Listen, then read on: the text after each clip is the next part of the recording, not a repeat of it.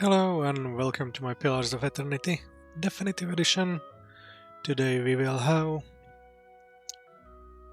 episode number 29, and last episode we went back a little bit into the area of Defiance Bay, and we tried to find few quests for Sagani, and we were successful but only by the half. And also we were defending our stronghold from bad monsters. We were victorious, but all four of our defenders died during the process, so I had to hire four new of them. Now we are back to Durlach's battery, and we went into Galvino's workshop. We went through few of the rooms, and we will now continue and hopefully find something which will help us to get inside the Durlach's battery. Let's go.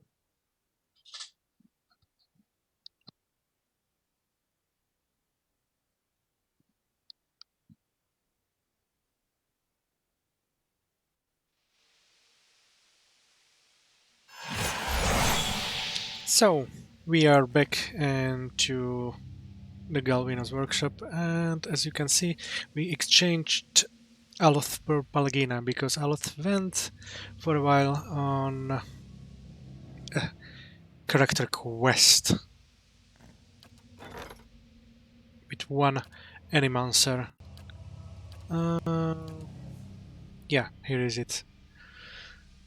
And we also cleared a little bit of the Galvino's workshop and found one hidden room, and there should be at least one, at least it looks like, but I didn't found any button or hidden button yet, so let's go a little bit further Certainly. and see what we can find or not.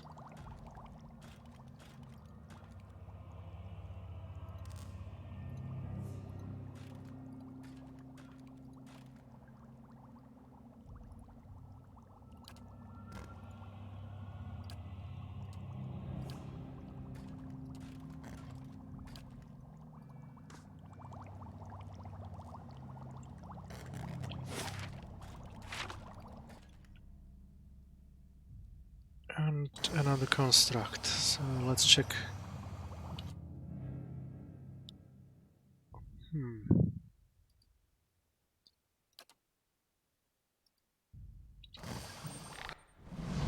Gotta try something.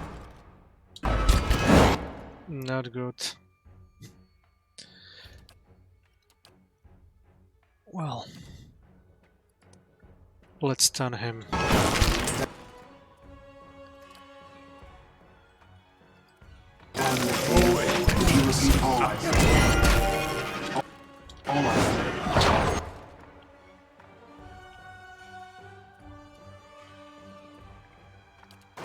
Let's go here and let's fight.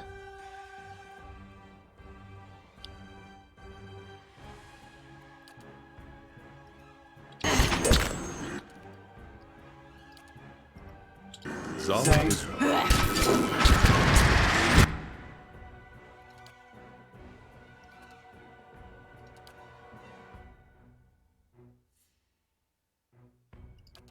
Knock down this stable construct. Too late.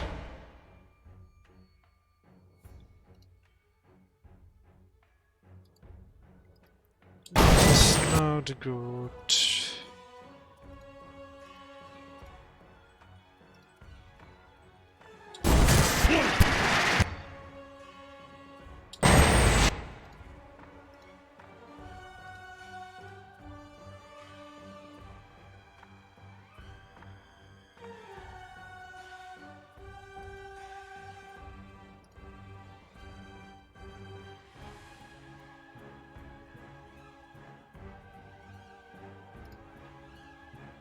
Let's try to bubble him.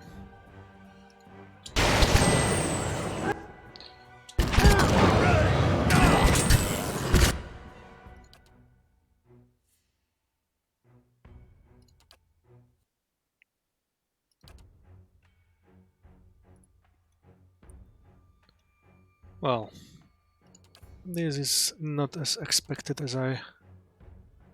It's not going as good as expected. But let's see.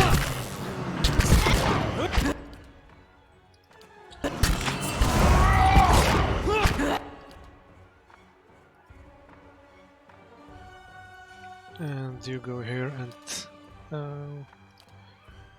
count him down. Good.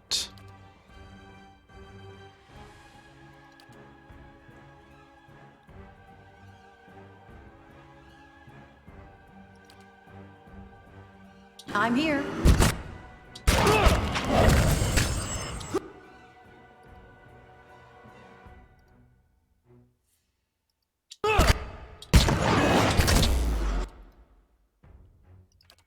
Stun him.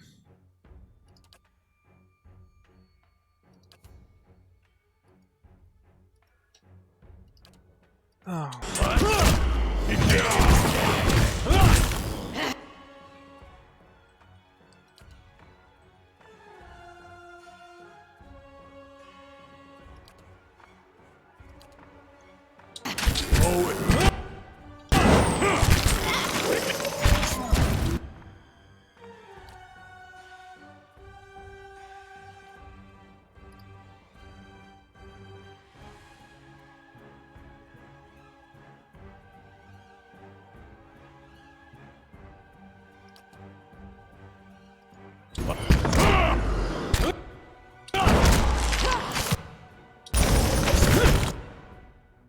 Okay, let's try to revive the fallen.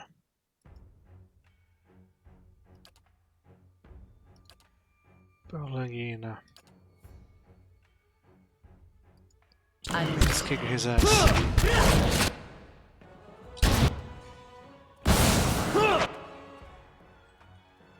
And one more. And stun him.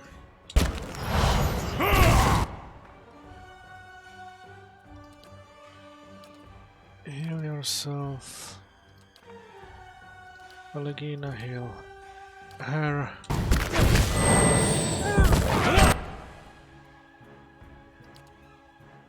And kick his ass, and you too.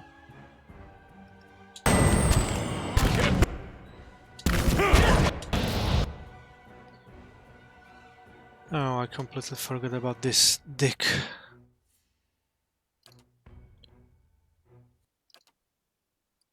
I'm ready. And kick his.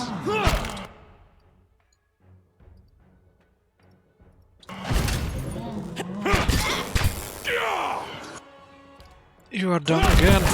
Oh, for fuck's sake.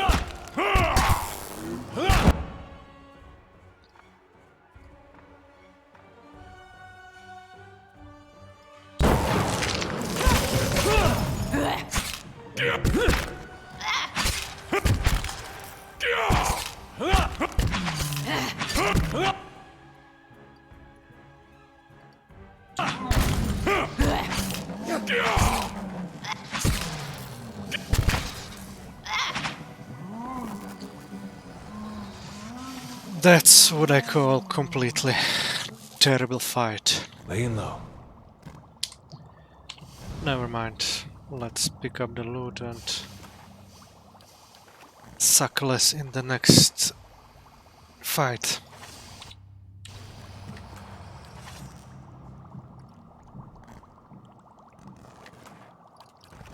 Certainly.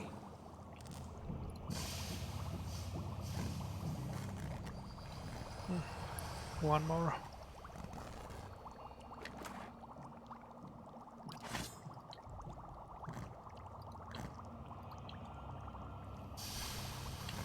We have levers here. Tufts of hair are still stuck to the metal slats of this helmet. You spy dark smudges along the edges of the manacles. Sparks glow over the wires and plates of this machine, illuminating the innards with each burst of light.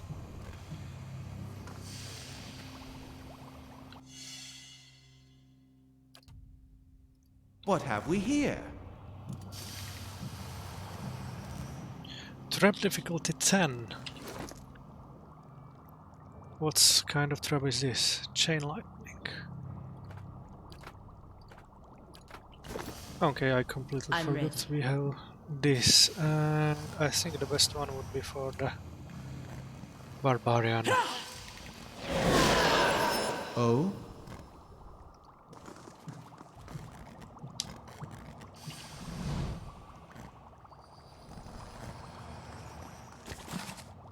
Let's see this. Subject Belsier. She has outdone herself with this one, Belsier. A common robber with some natural talent for cipher abilities. It has gone to his head. The Bazo believes is the next Antonino. I think, in any case, the world would be well rid of him. Still, he has yielded promising results. His mind is almost perfectly intact. I might even have been able to determine whether there is merit in his delusions about his soul lineage, but I made the foolish mistake of leaving the man's pistol on my work table. His essence is bound to the weapon, rather than the body. I undertook to build for him, even bodiless. This fool seeks to trouble me. I have sealed him within one of the tanks. I will have to prove the machines against the free-roaming experiments while I think of a solution. Until then, I suppose I must endure the company while I work. Okay, let's see. What is this? You hear a faint, reedy voice singing tunelessly.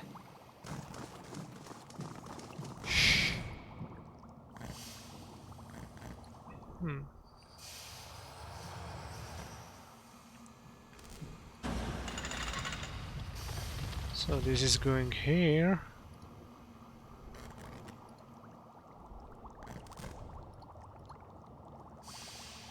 Let's see this. The lever seems to be locked in a place for the moment. And this one? You hear a short series of clicks from around the corner. Oops.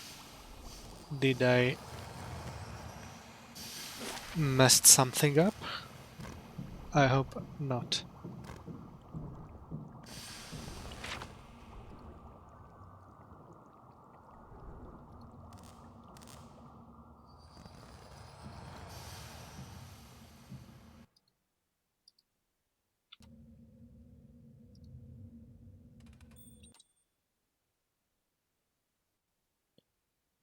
Oh, this will be not very funny. Yes?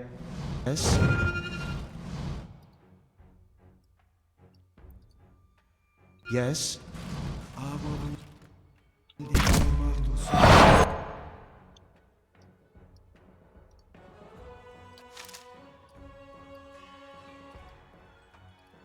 Let's try to knock this one down.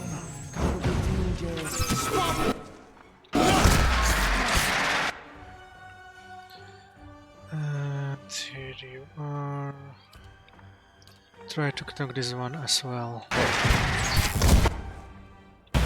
Nope. Not good.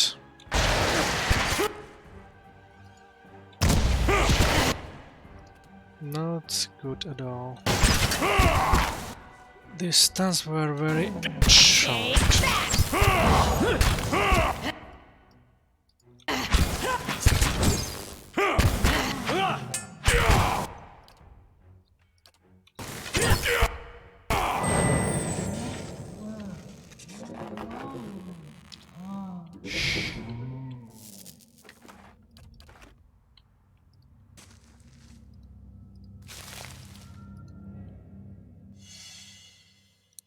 What have we here?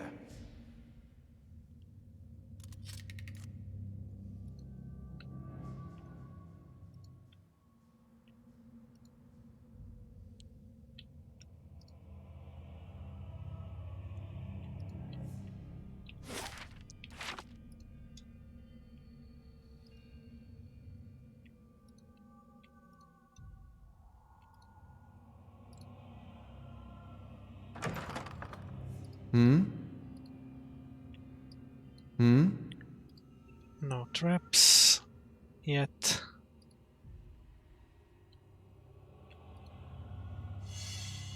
And Now here's something. took not long ago. Oh.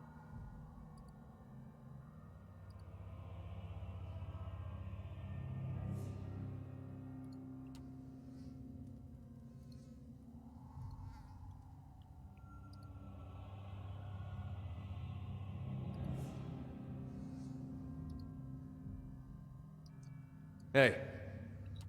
Nope. Come here.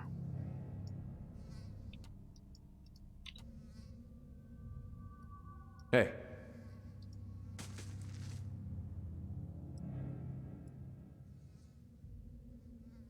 Yes? Where are Hey. you? What? Yes?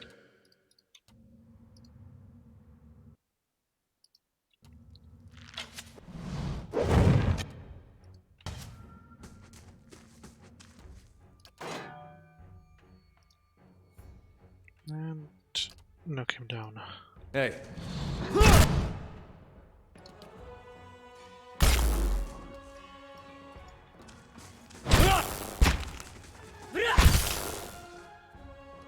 Why the hell you have changes?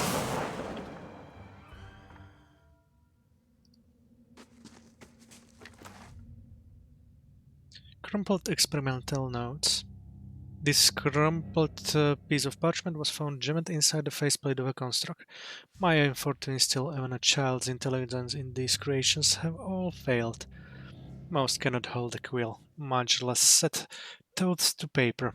I believed for some time that Subject 63 might have had a breakthrough during its lesson, but I discovered that it's simply been repeating my words without comprehension.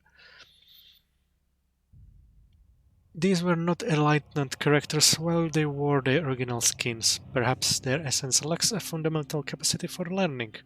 I have put them to the test in more martial arts, but here too they falter without the benefit of true sentience. The devil, of course, delights in mocking them. It is likely boasting of besting children at combat. If I only had my own machines.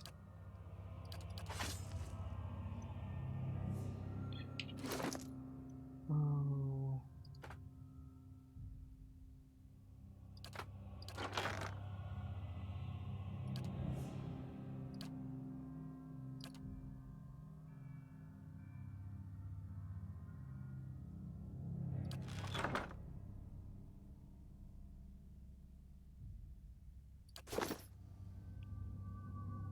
Hmm? Slowly now.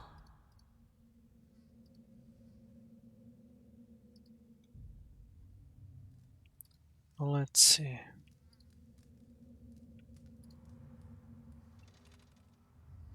Hey. Okay, this should be safe. Hmm?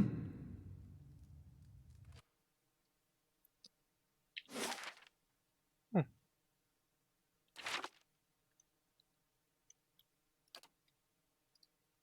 Where are you? I'm ready.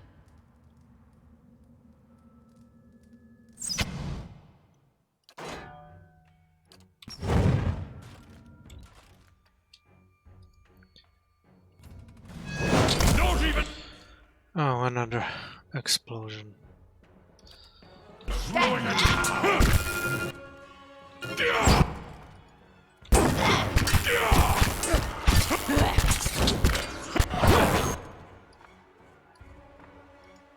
Go kill here and Oh? you cast one more explosion.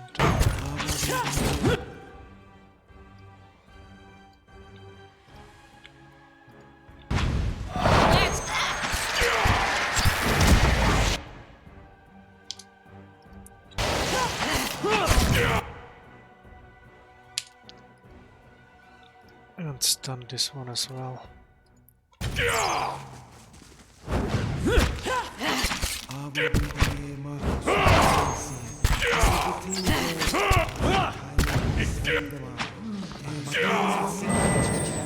Hmm? Oh. Kill 10 vessel with Sun Advanced Redeemer or to unlock next level or kill 50 enemies. Hmm? We'll see.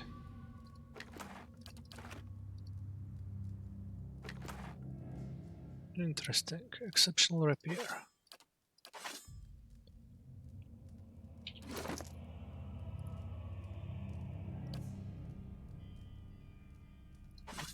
Let's put it here. And you too. Yes? Let's try to find the doors to the library first. Yeah, lever.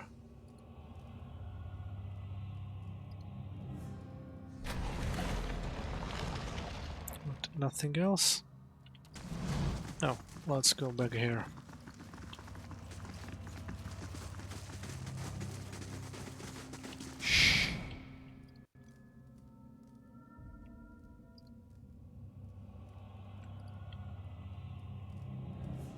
Oh?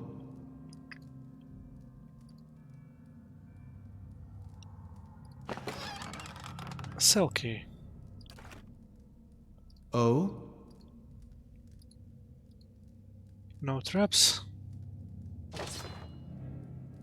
Exceptional flail. Yes?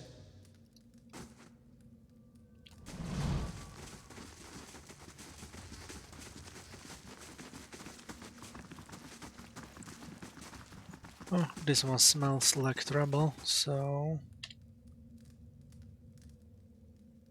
let's quick save. Margaren's fire casts light in dark places.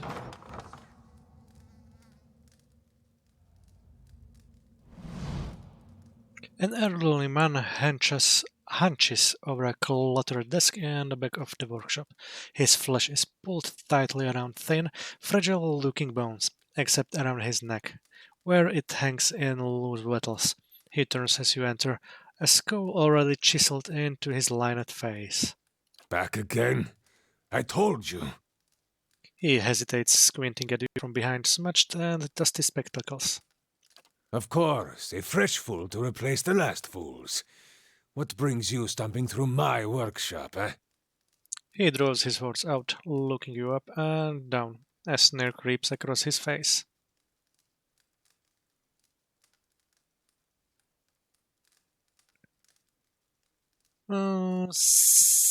Seems like you already know. Straight to business, no nonsense. We appreciate that, don't we? He turns to the bronze golem over his shoulders. Anything for a breather from your endless yammering. The voice echoes from within the golem. You would miss me if I were gone, Aimura. For who would tolerate your barbs and insults? Clear your throat. But you come seeking the White Forge, like they all do. Boys with smooth cheeks and wild dreams. Girls with bright ribbons tied next to their scabbards. His voice rises and falls with the sing-song of mockery. Old men and women, too, seeking a final blaze of glory before they're snuffed out for another turn at the wheel. Sound familiar? His smile is rigid as he looks at you, and the corner of his eye twitches.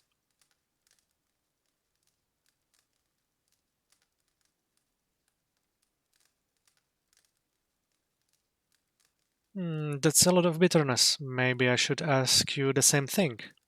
Save your breath. He haugs a wad of phlegm from the back of his throat and speaks into the corner. I have this conversation with every pig-headed swashbuckler those Postenagos and stalwarts send here.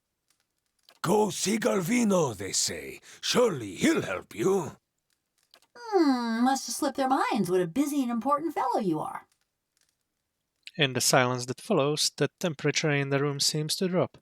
Galvino glares at her. I should have let them stone you. Would have silenced your endless rattling forever. The hanging folds of skin beneath his neck tremble. Then you'd have naught but those frostbitten inbreds for company. I guess this is what it would be like if Aloth and Iselmir were two separate people.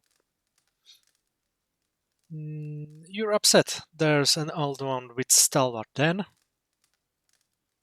The spiteful imbeciles destroyed my career, ruined years of work. But let us focus on the reason for your visit, yes? The villagers and their adventurers hammer and pry at the battery as if they were laying siege to some mouldering lord's keep. He swats the air in front of his face.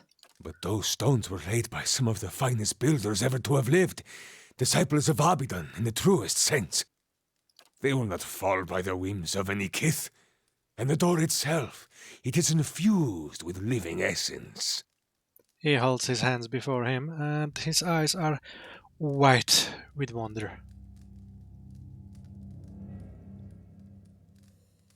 The dwarves themselves must have had a way of getting in. Perfetto! This is the crux of the matter. He claps his hands together.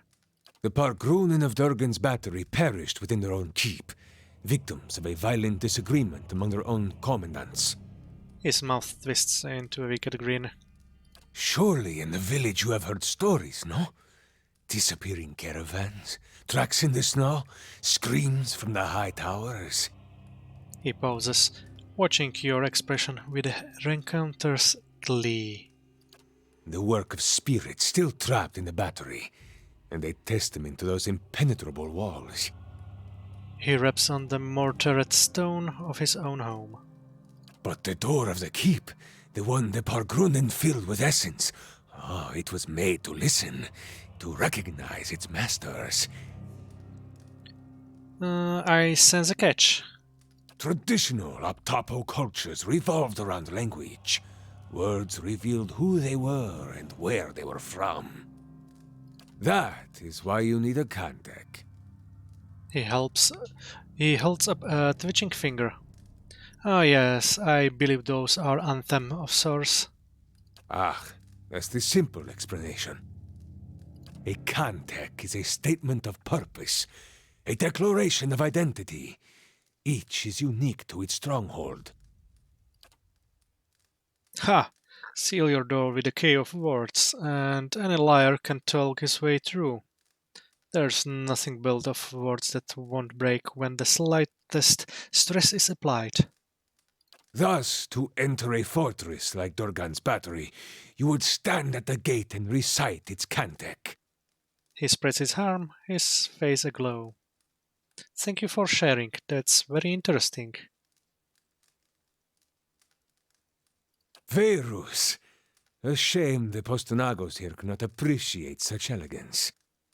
To learn the Kantek, you must speak with one of the dwarves of Durgan's battery. A shame they are all dead, no? He rubs his hands together, pacing.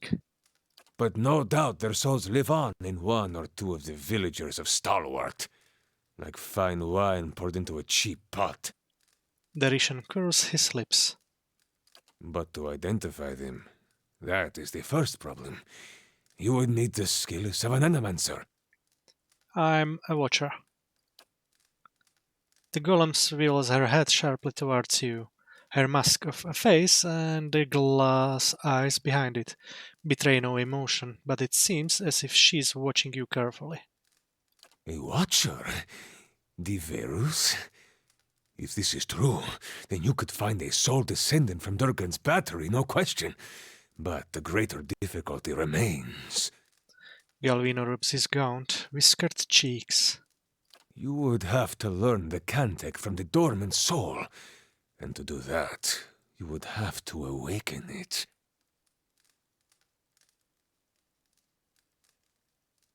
But this awakening would be permanent, wouldn't it?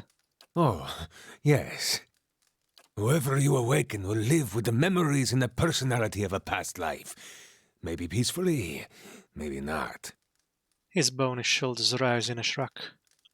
That is why you must pay attention to the soul you would awaken, no? It is a monumental thing to impose on another, but these are the very people who wish to rediscover the White Forge, Verus? He removes his spectacles and polishes the dirty lenses with his tunic. Awaken someone, how would I do that?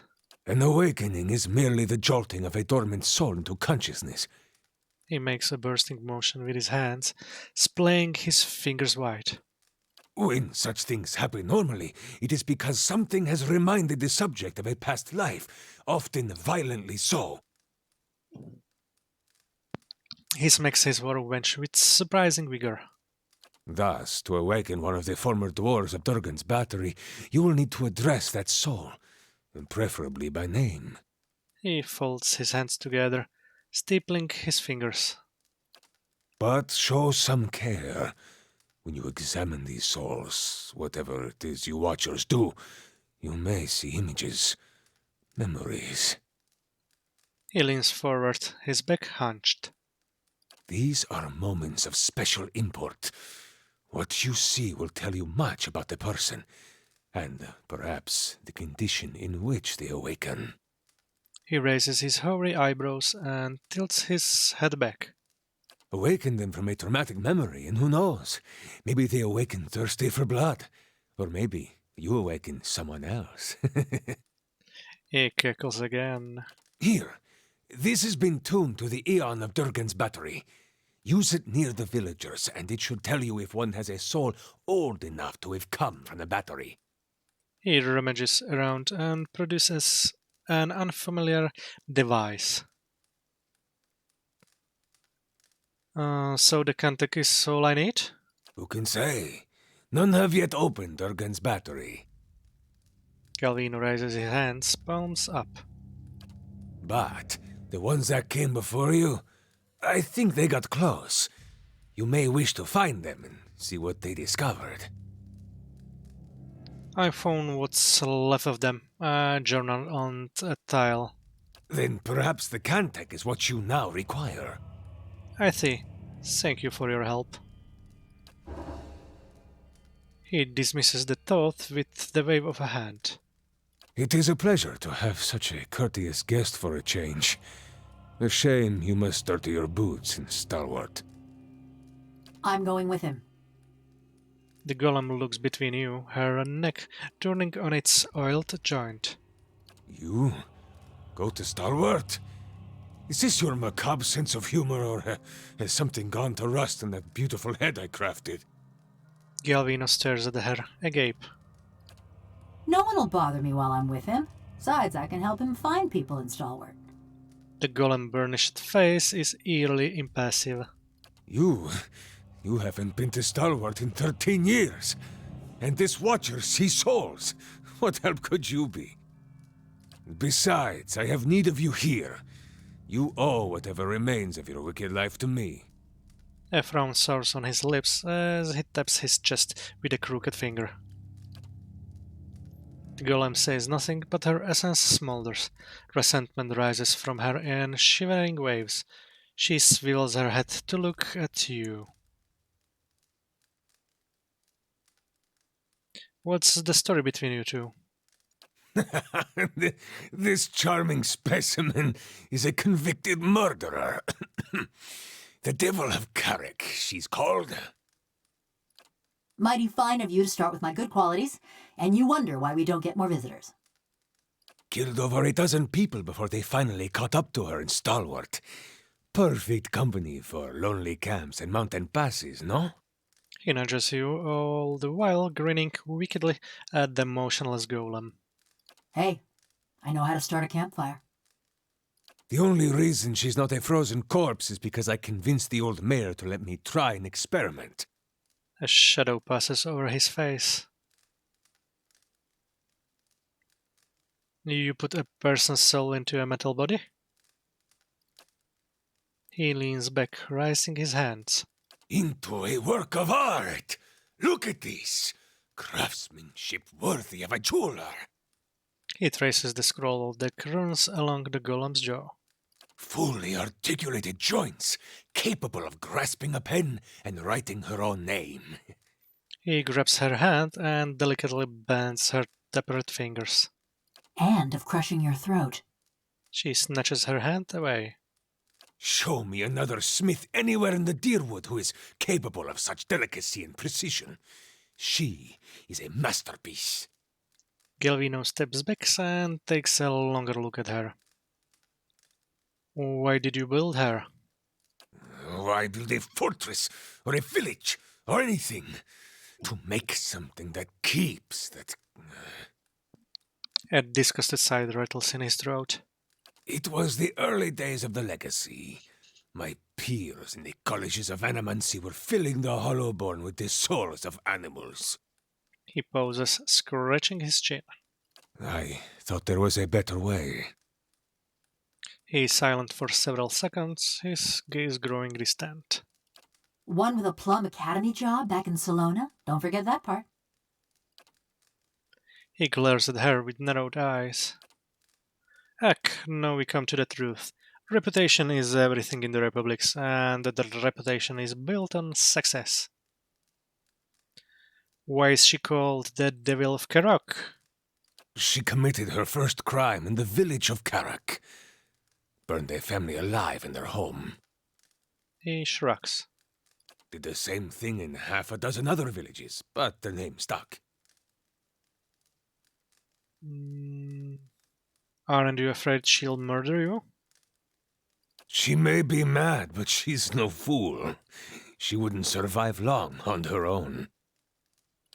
If the villagers didn't send a hunting party after her, the Elements would claim her. Her joints and mechanisms require maintenance, and she cannot perform all of it herself. See, he's reminding me. In case I get any bright ideas.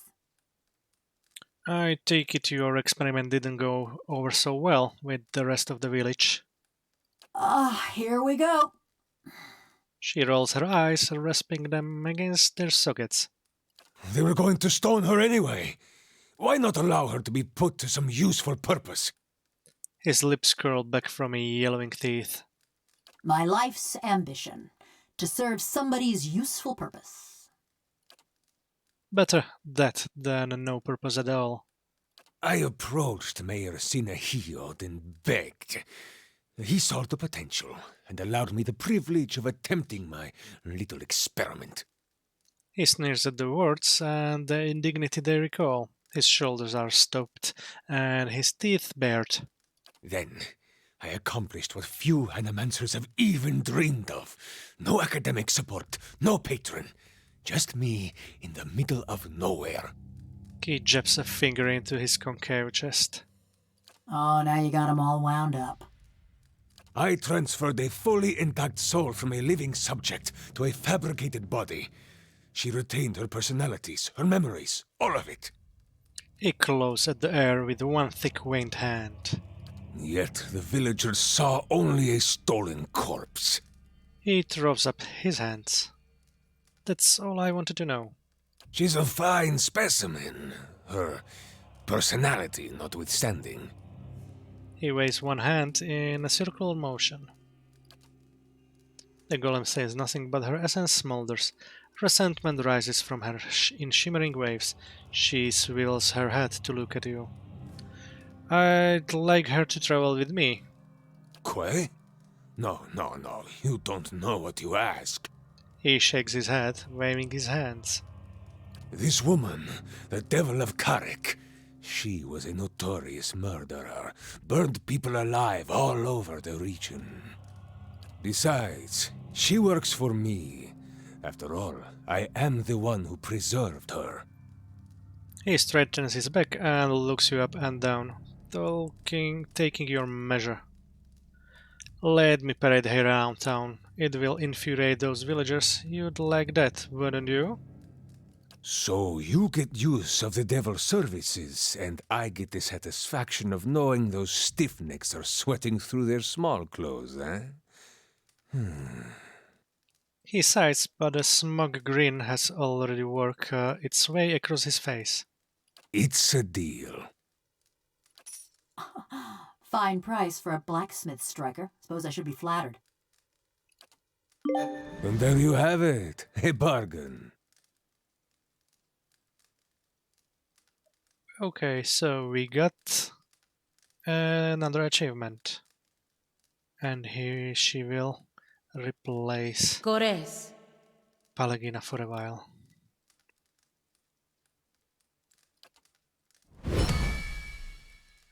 And there you have it, a bargain. He gives you a sardonic grin. A moment. You are going back to Stalwart, yes? Perhaps you could do me a favor. Galvino gives you a thoughtful frown. Tell me about this favor.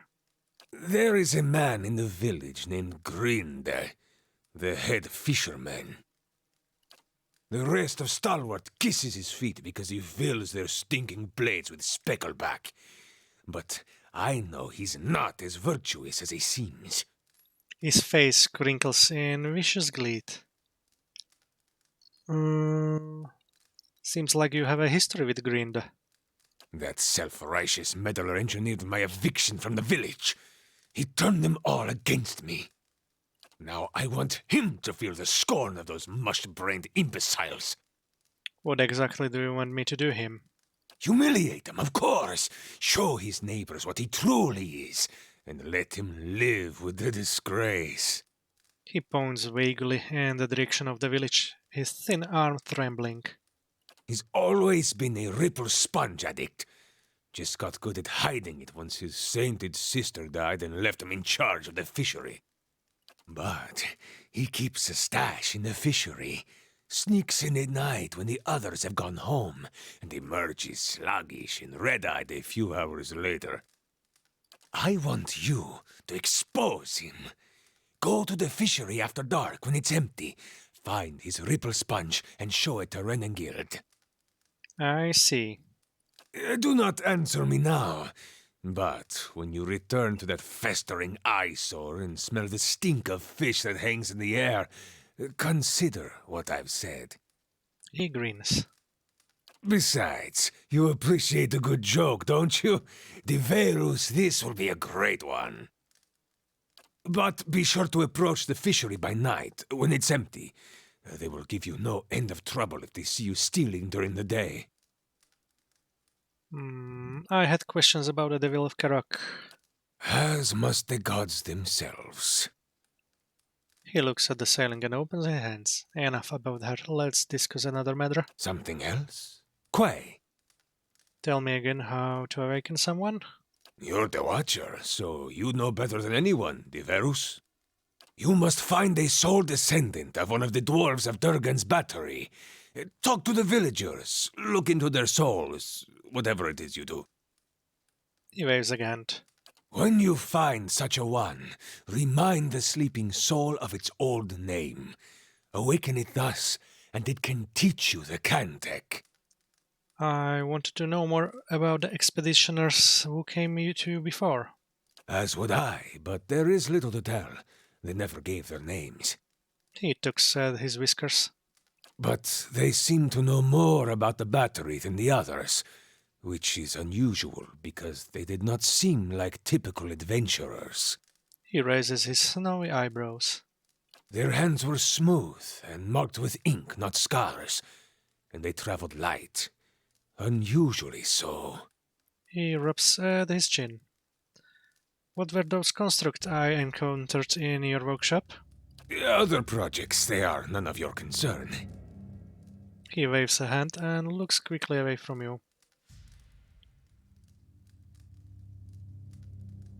You seem pretty eager to change the subject. He mutters furiously under his breath, raising his hands to the ceiling. For years I've been trying to create another like the Devil of Carrick. Yet those post-Enagos in Stalwart destroyed my machinery. His drooping skins tremble in his rage. Now, I can only create these broken, mindless things. The devil remains my most perfect creation. His lips twist with the taste of something bitter.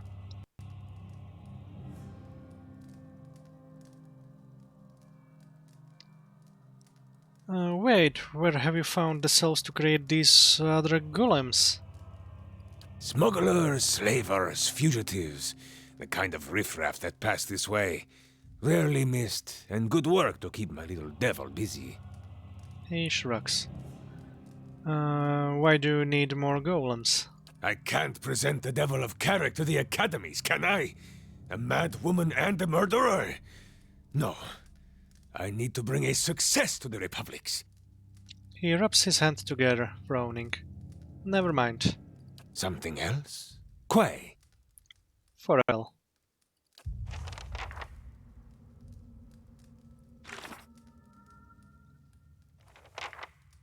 According to Galvino, if I'm to enter Drugan's battery, I'll need its Cantic, a poem the dwarves would have used back when the keep was active.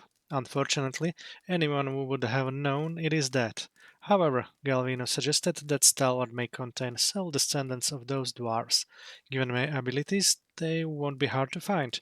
I could learn the Cantic by awakening one of those souls. That may also doom someone to a fate like mine or Merwald's.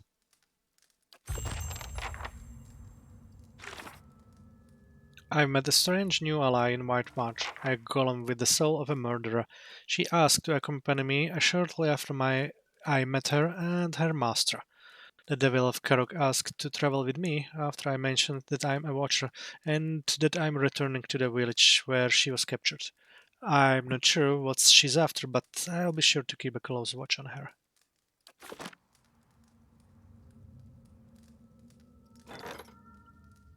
A few miles north of Kendall Vale sits a tiny village called Whitebreath, so small that it's often missed on maps and tax records.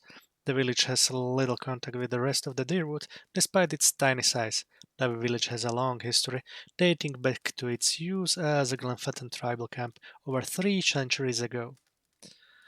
One of the most prominent features of the community is a deep well, the top of which is made from Anguith and Adra. Though not of any religious significance to the Glenfattans, all who see it agree that the well is truly ancient. In recent years, locals have reported strange sounds from within the well. Some describe it as animal sound, others as odd speaking in a foreign tongue. No one has dared venture down into the well, but villagers are becoming nervous about drawing water from it. Though the community has modest resources at their disposal, they have reached out to nearby lords for assistance. Venturing into the depths of the White Wrath well, Kana discovered that while the foundations of the well were made of living Adra, the source of the sounds were wicks that had been dropped into the well by their mothers. In total, a dozen women from White Wrath and the surrounding woods has dropped their children into the well after they learned they would turn into wicks. Some had died, but many survived the fall, living on small rodents and other creatures that wandered the ruined and wooden tunnels under the well. Kana was forced to fight the aggressive wicks, but eventually emerged and told the village what had transpired. Some of the mothers confessed that what they had done immediately, others fled the village. In the end, no one had the desire to punish anyone for what had happened.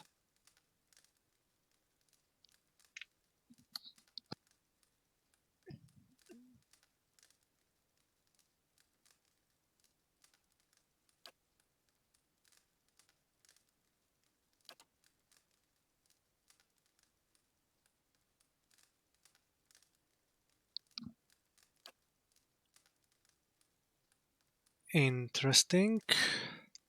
Good be for a fighter in the front.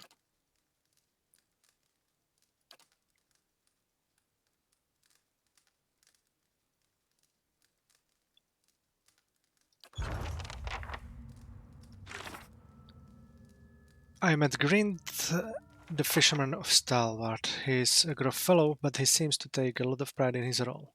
Galvino believes that Grind keeps a stash of ripple sponge somewhere in the fishery.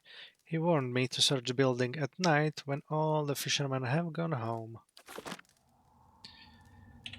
So, let's check the devil.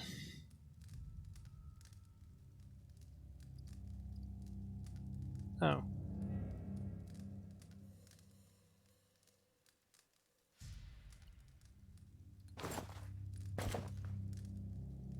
It has fine spear.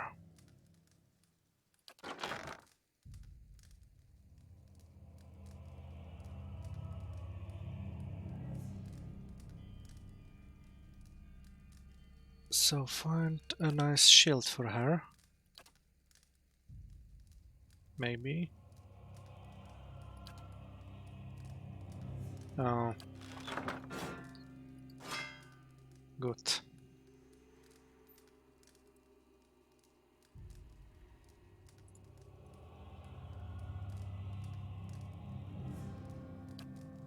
Nope.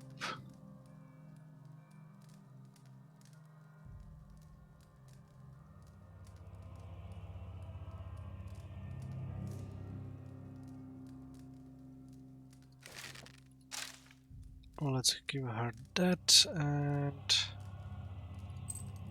Oh.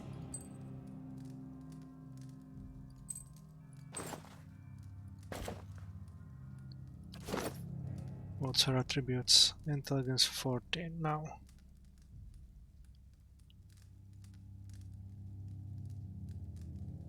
And hatchet spear, quarterstaff, hunting bow. So I think I also give her good bow. Potion of power, iron skin.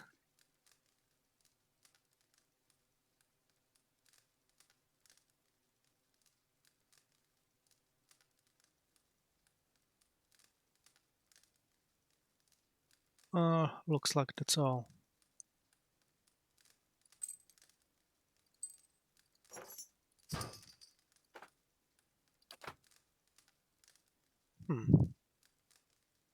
And a helm.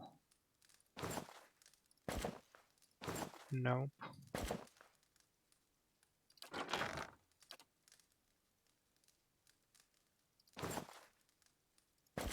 This could be interesting. Yes. Oh.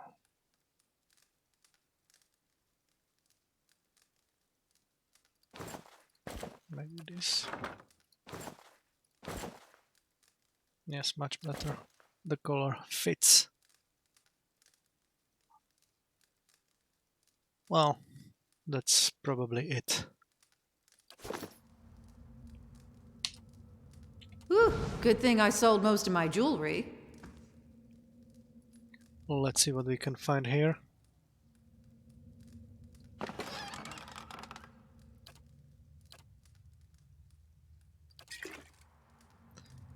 What do you think you're doing? Oops. Sorry. This appears to be a crude rendering of the mountains surrounding Durgan's battery.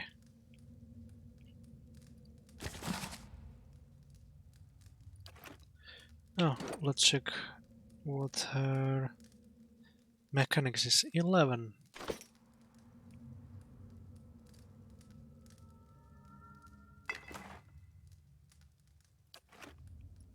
Oh? The devil has not scorched you yet, eh? Perfetto. Very well. Certainly. Keeping an eye out.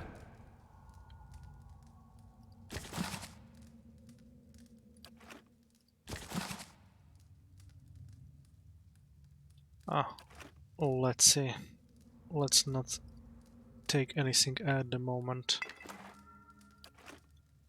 Because he was pissed after taking out the one.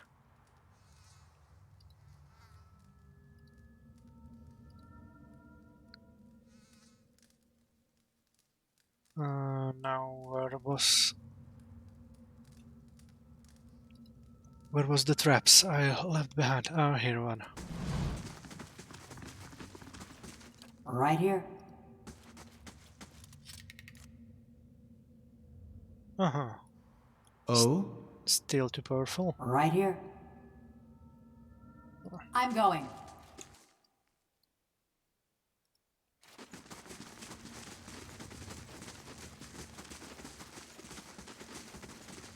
Certainly.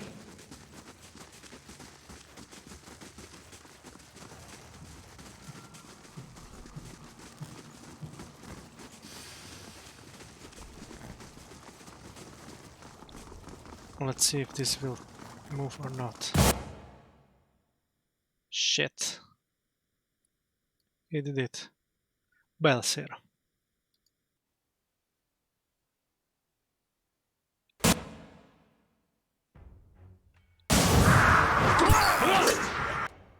I'm free, Galvino. I will eat your heart, old man. So, what do you have for a... skills?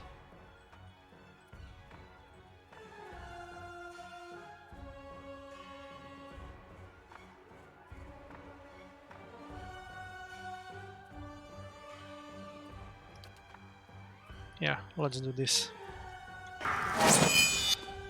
I am free. Galvino, I will eat your heart, old man.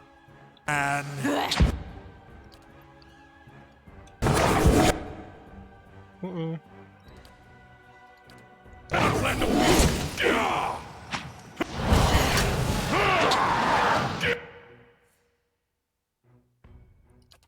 Stun him, stun him, stun him.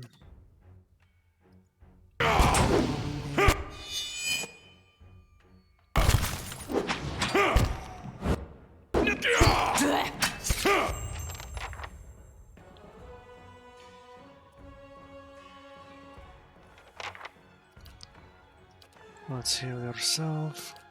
And...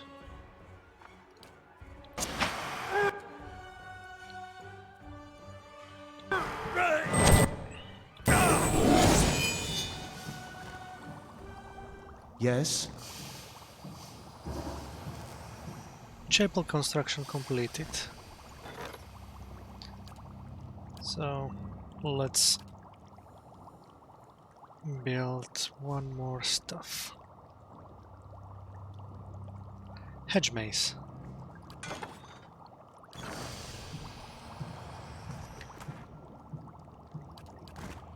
Oh? Oh, fell stroke.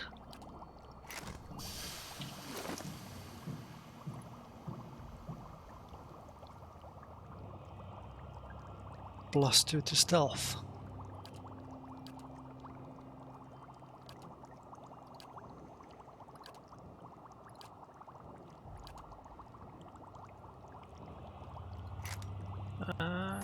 We'll see.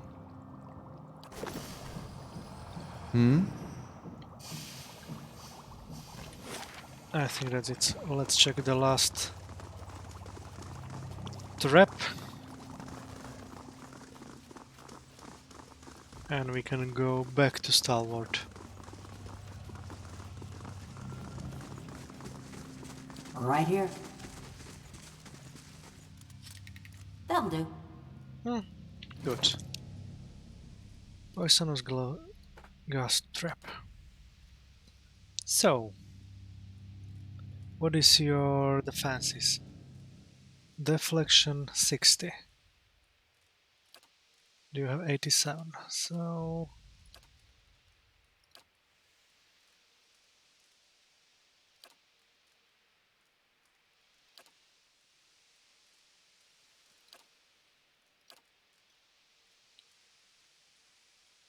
we'll see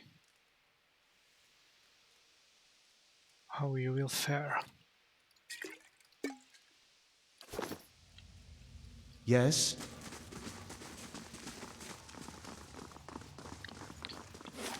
But this one looks definitely like rest will be needed Right here. very soon. It will take some time to get to level 11.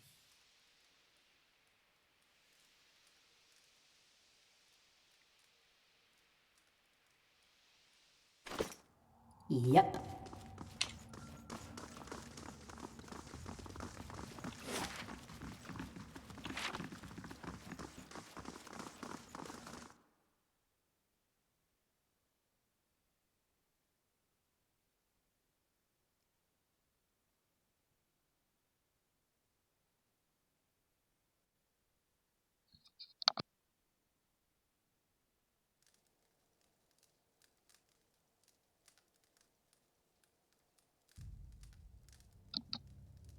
Again, discovered something, but what is Yes? it? Oh, and if I find something good, you can have half. Anyway, let's talk to Devil before moving to Stalwart. Maybe she has something interesting to say.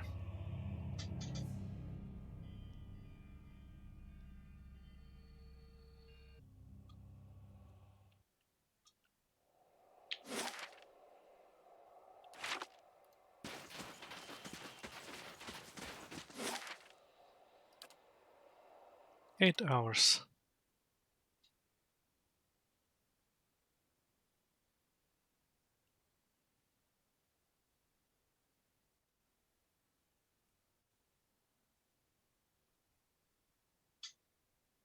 Didn't think I'd miss this place. Had that much right. And I completely forgot to talk to her. Village was a touch livelier when I saw it last.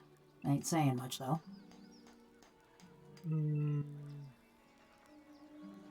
What do you remember about Stalwart? Bitter cold and a persistent odor of fish. And that were just the people. Why did you want to come back anyway? Anything's better than Galvino's workshop. You ain't heard the old buzzard sing. She turns away again. Anyway, what about you? We seen lots coming through, trying to crack the battery, but no watchers.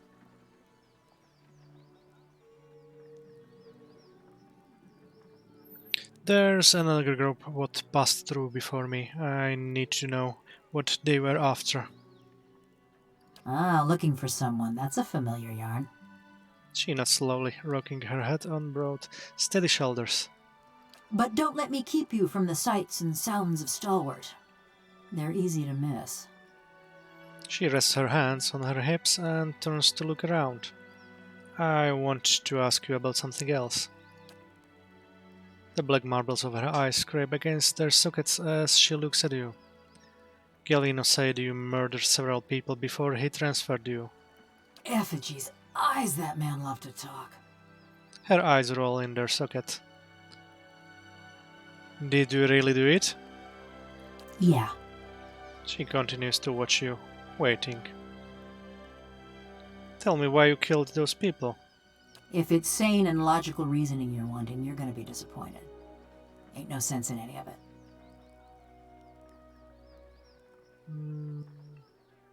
I heard parts of your story from others. I'd rather hear the rest from you.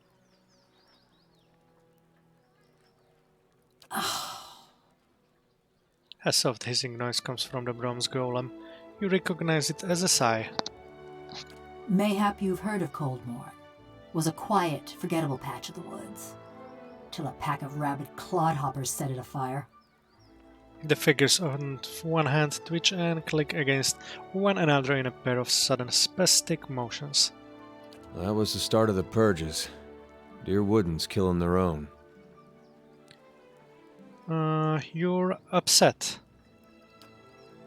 A sudden burst of heat flares from her seams as her essence surges and boils. A farmer on the other side of the mountains woke up one day with his head all aflame and took it for the gibbering speech of his god. And so did a few thousand of his countrymen. So when he tired of Vorlus fields and marched west, a horde of armed Hicks followed. You're talking about Dwarven and the Saint War. Bunch of fool nonsense is what I'm talking about. But others have called it the same. If you know that much, then you've heard of Cold Morn. Ours was the village that let a few thousand of Widewind's troops pass through. You were from Cold Morn? When I heard what happened out there after the war, I couldn't believe my ears. Fine line between couldn't and wouldn't.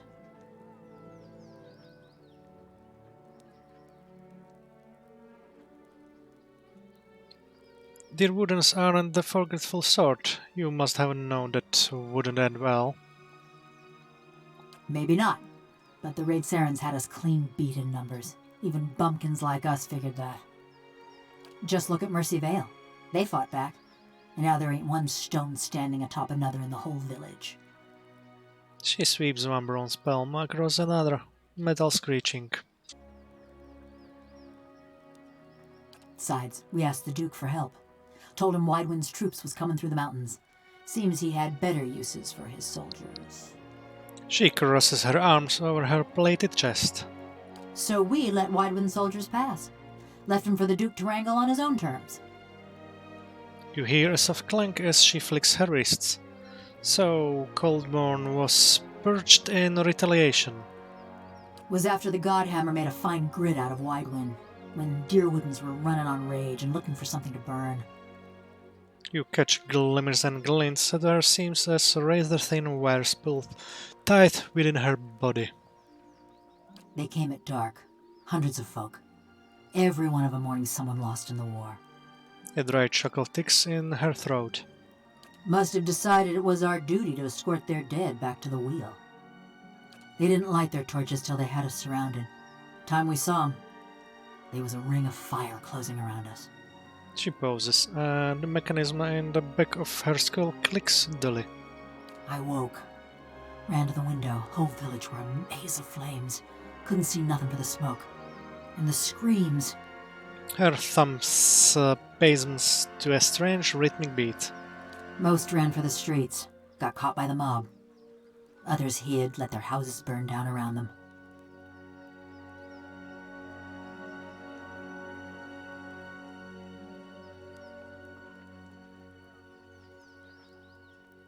What does that have to do with your crimes?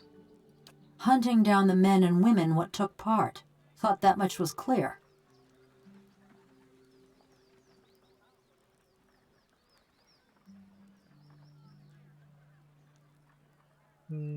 But you only killed people who attacked Coldmorn, right? Sure. Her voice is flat and as expressionless as her face. You want me to tell you straight? I found the men and women what destroyed my village, and I burned their houses down around them. Sometimes they was alone, and sometimes they wasn't. She shrugs. What exactly did you hope to accomplish? It were a mob that destroyed our village, but it was just one man that burned my family's house. Kept hoping I'd get to him as I was working my way through the rest of those maggots. No matter now, I suppose. A sigh rattles out of her brown skull, but her essence whips and twitches, as restless as a cat's tail. Why did you want to come with me? Stalwart's great this time of year. Beareth spells in bloom for a good 5 days, and the mountain squall actually blows the fish stench away from town. She turns away, clucking the fingers of one hand against her palm. Better than staying at Galvino's, anyway. You and Galvino had an unusual relationship. Only kind to have with someone like him. Or me.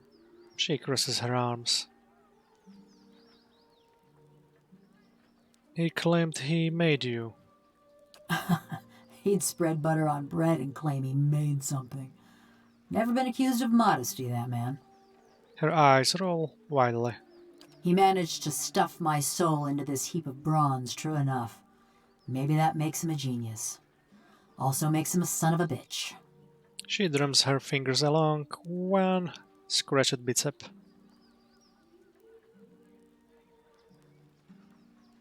What exactly did you do for him? She regards you for several seconds. She shrugs. Looked after his tools, cleaned the workshop, swung the sledgehammer. Oh, and snatched up travelers for his soul tinkering. Those other golems, you mean? But don't you worry.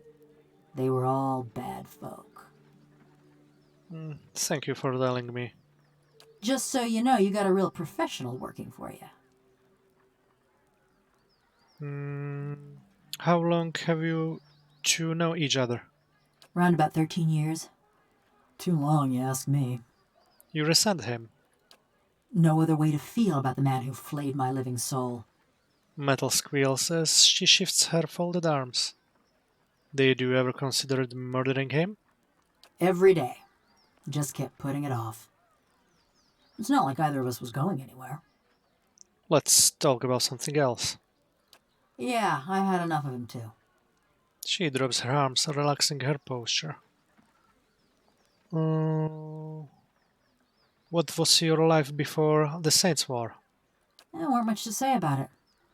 By my reckoning, that means it was pretty good. She nods thoughtfully. Ma was a trapper, taught me to set snares and dress game. Dad was a tinker. I never had his patience, but it were fun to watch him work. My brothers and sister, they was good folk too. Part of me's glad they ain't here to see me now. Her face is as blank as ever, but her essence ebbs and wreathes.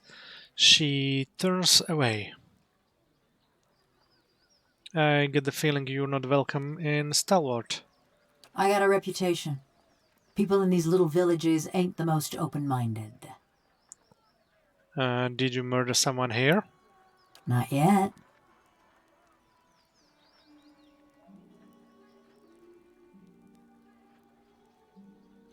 Right, I'm supposed to believe that you came all the way to Stalwart 13 years ago for the scenery. Believe what you want. I killed a lot of folk, but none of them was in Stalwart. You answered me pretty quickly. Something you're not telling me? Plenty. But nothing you need to know. She turns away. I'd rather discuss another matter. The black marbles of her eyes scrape against their sockets as she looks at you. About Durgan's battery. Just 'cause I'm made of metal don't mean I got any special fondness for smiths and forges. She flicks the bronze of her forearm, producing a dissonant ring. Do you know anything about it? No more'n what Galvino already told you. Any thoughts on which villager I should check? For fancy Dwarven poetry? None of them ever struck me as especially literate. So whichever you can stand to get close to. She shrugs with a rattling of metal. And that's on you. I lost my sense of smell 13 years ago. Do you remember any of the other expeditions that came to Galvino? Nothing specific. Everyone looks about the same when they got their fingers up their noses. She pauses thoughtfully. Then her head snaps forward in a tiny, quick moment of realization. Only the last group, one before you, there was something different about them. 3 of her fingers clench and spasm. Couldn't put my finger on it, but they was dangerous. Almost felt the hair on the back of my neck. She runs her hand along the smooth, segmented bronze of her neck. Ain't felt that way about anyone else walking through Galvino's door, that's for sure. Never mind. Murder, tracking, and the best materials for kindling. Those are more my area of expertise. That's all.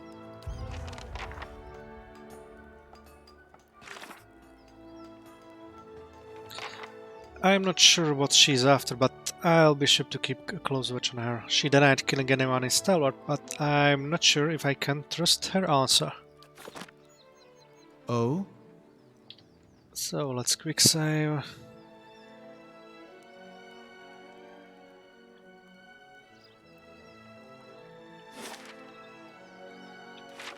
And probably start Right here. talking to people at Stalwart. Hmm?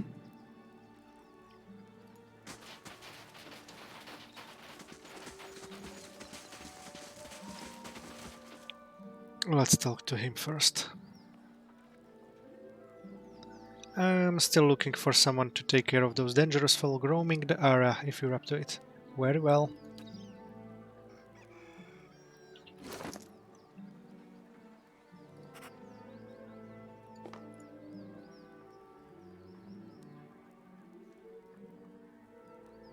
Galvino created this strange device to detect souls that dwelled in Durkan's battery.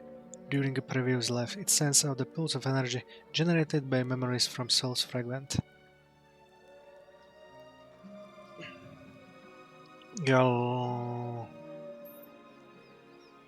The individual's dormant lives resonate with echo by momentarily pushing forward through their present life sea of consciousness. The subjects are not aware of what is happening, but the disturbance can be perceived through special lenses or, luckily, the eyes of a watcher.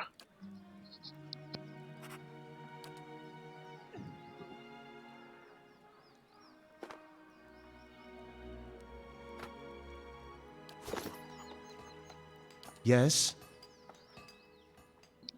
Let's try it out.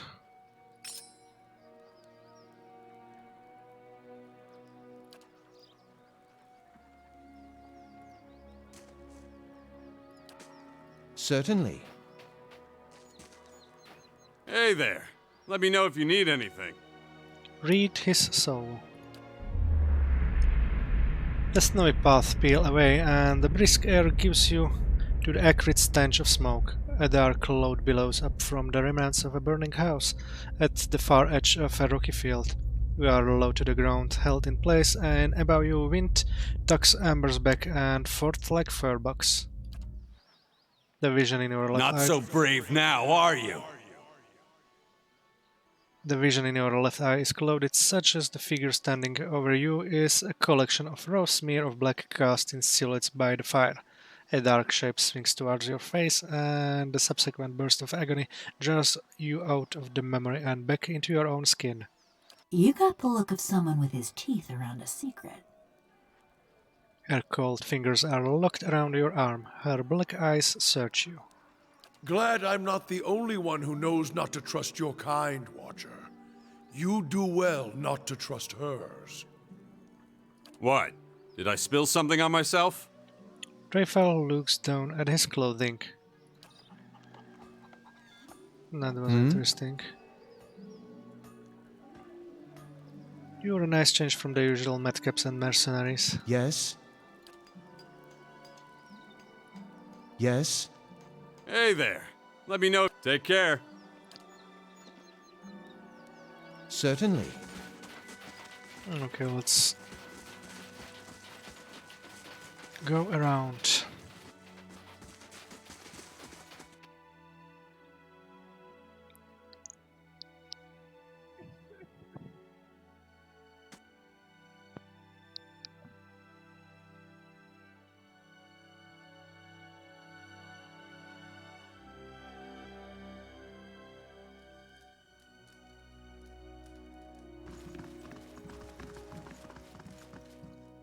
Got to speak up?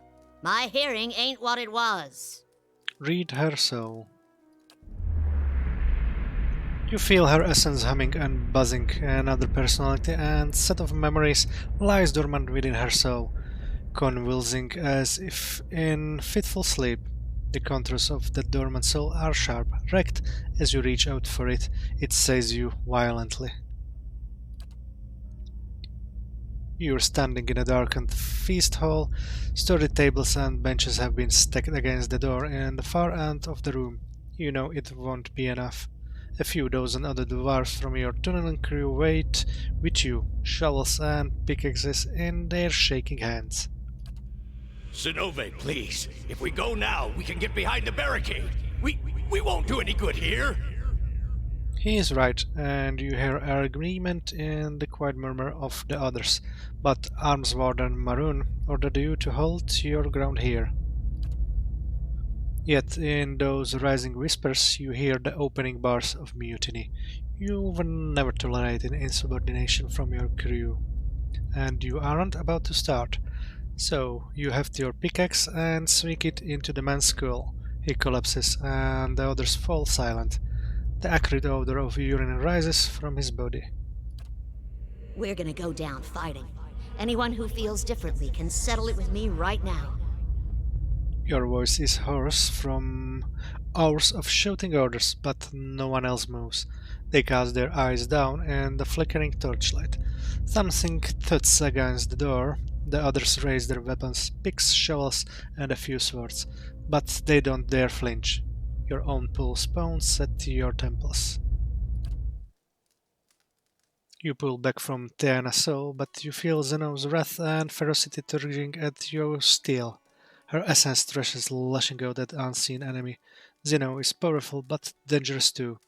Her fury has anchored her to old and threatening memories. You consider that there may be others you could awaken. Tiana, however, seems unaware of any of this, and she blinks back at you with closely placid eyes.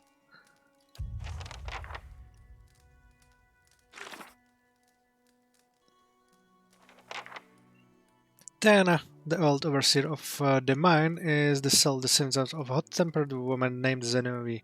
As violent as Zenoe's final memories were, awakening her could be a risky proposition. There may be someone else in town I could awaken. Yes? Okay, let's try to find someone else. I'm a good guy.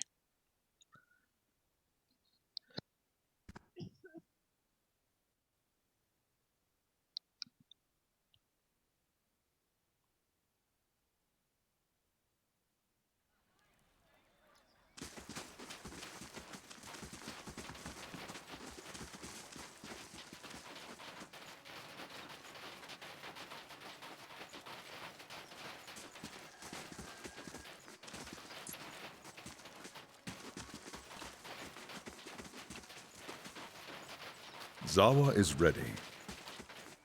What do you need of Zawa? Certainly. Certainly.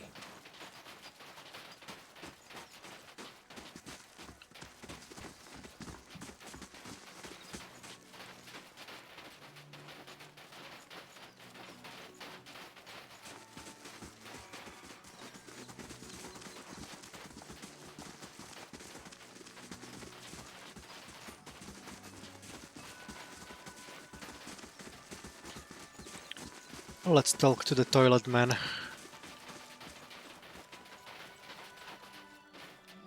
I'm not done yet, damn it.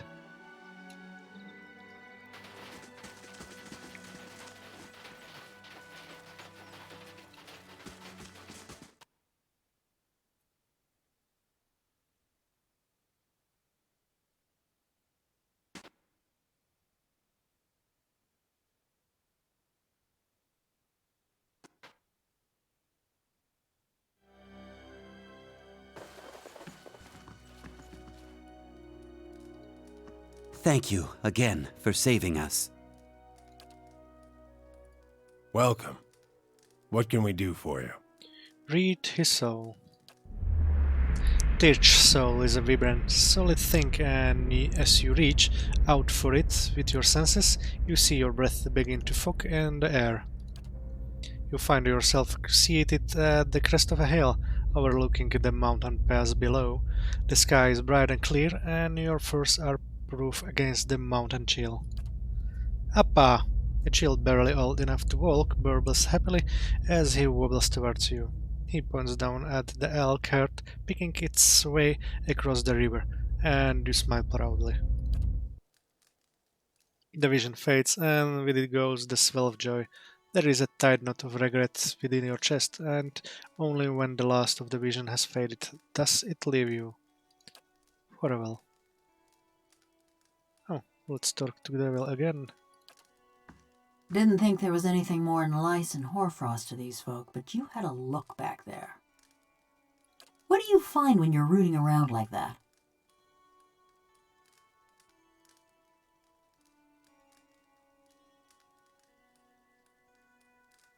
First, tell me the real reason you wanted to follow me to Stalwart. Mayhap I'm looking for someone. Woodcutter by the name of Harmka. This doesn't have anything to do with Coldmore, does it? It sure does.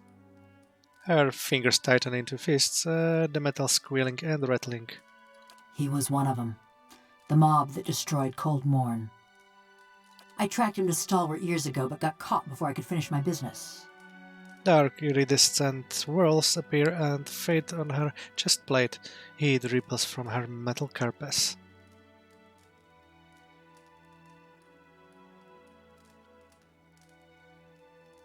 It's been 13 years, and you're still after him?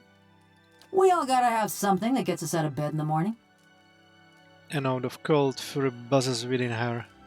This man, Harmka. I saw him outside my house the night it burned, staring into the flames the way I seen you stare into souls. Her fists clench and loosen in a series of rapid random movements. I knew it were a fool's errand trying to hunt down every man and woman that carried a torch into Cold Morn, but I... She twists her head from side to side and holds up a hand. the delicately engraved palm empty, but grasping at something. If I knew I got the one responsible for my kin and my hearth, I might could rest easy.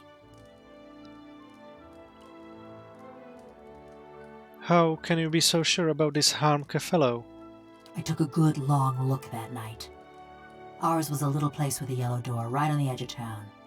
He was there. She nods slowly. Besides, I asked around when I first got to Stalwart. Townsfolk said that all the woodcutters in town took part in the purge. Point of pride for them. A small plume of heat rises from a seam in her skull. What does this have to do with me? I told you he was part of the mob. I spotted him watching my house when it burned. But when we find him, I want to know if he's the one responsible for my home, my parents, and my brothers and sister.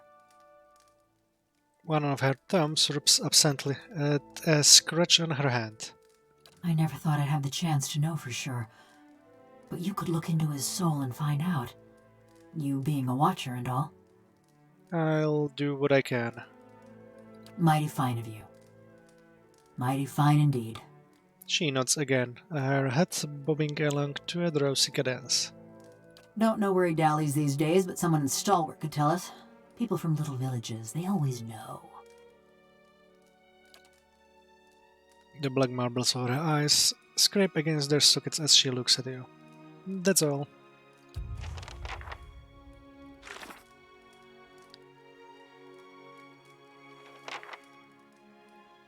I told the devil I'd help her look out Harmka. Still, I haven't made any promises about what we'll do when we find him.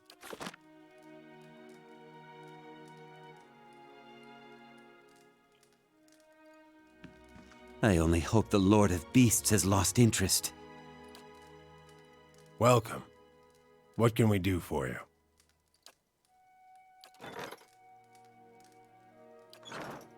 Oh? Okay, let's search a little bit more.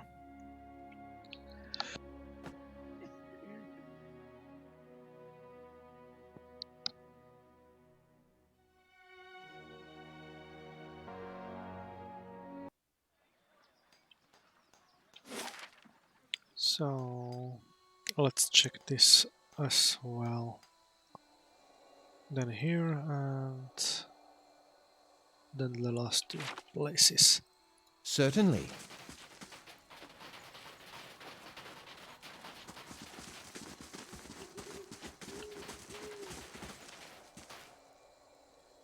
Idun's ears perk up, hopefully. Have you come to trade? Show me what you have for sale.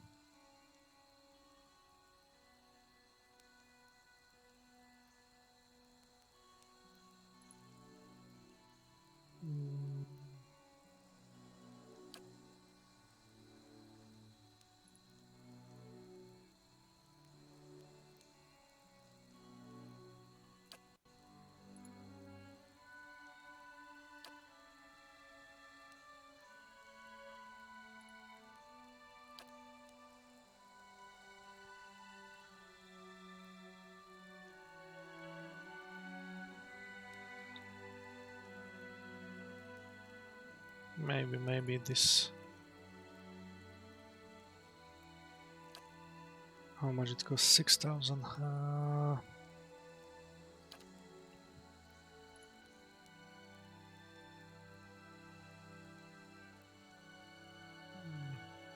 We'll see about that.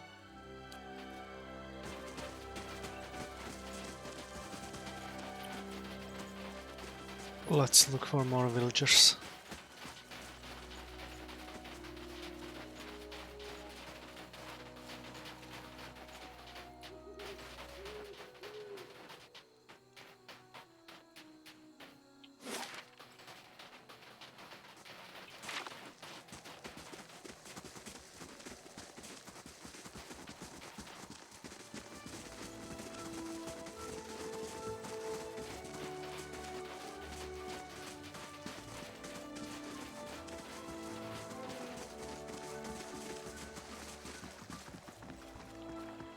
This is going to be fantastic. Just wait till they hear about this back home.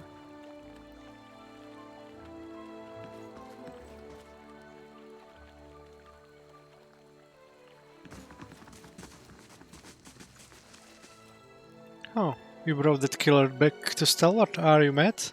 We should have put that murder down 13 years ago. Looks like they are not happy with me at the moment.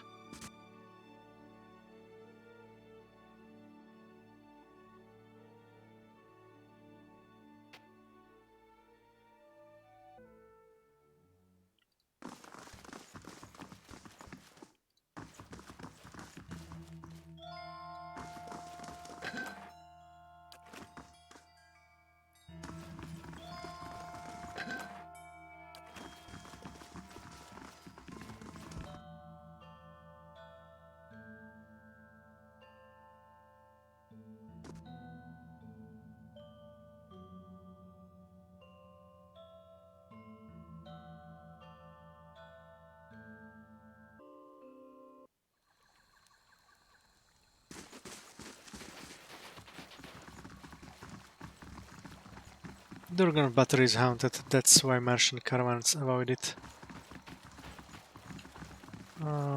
Let's go to the fishery. Probably. Then we have only 2 more places to go.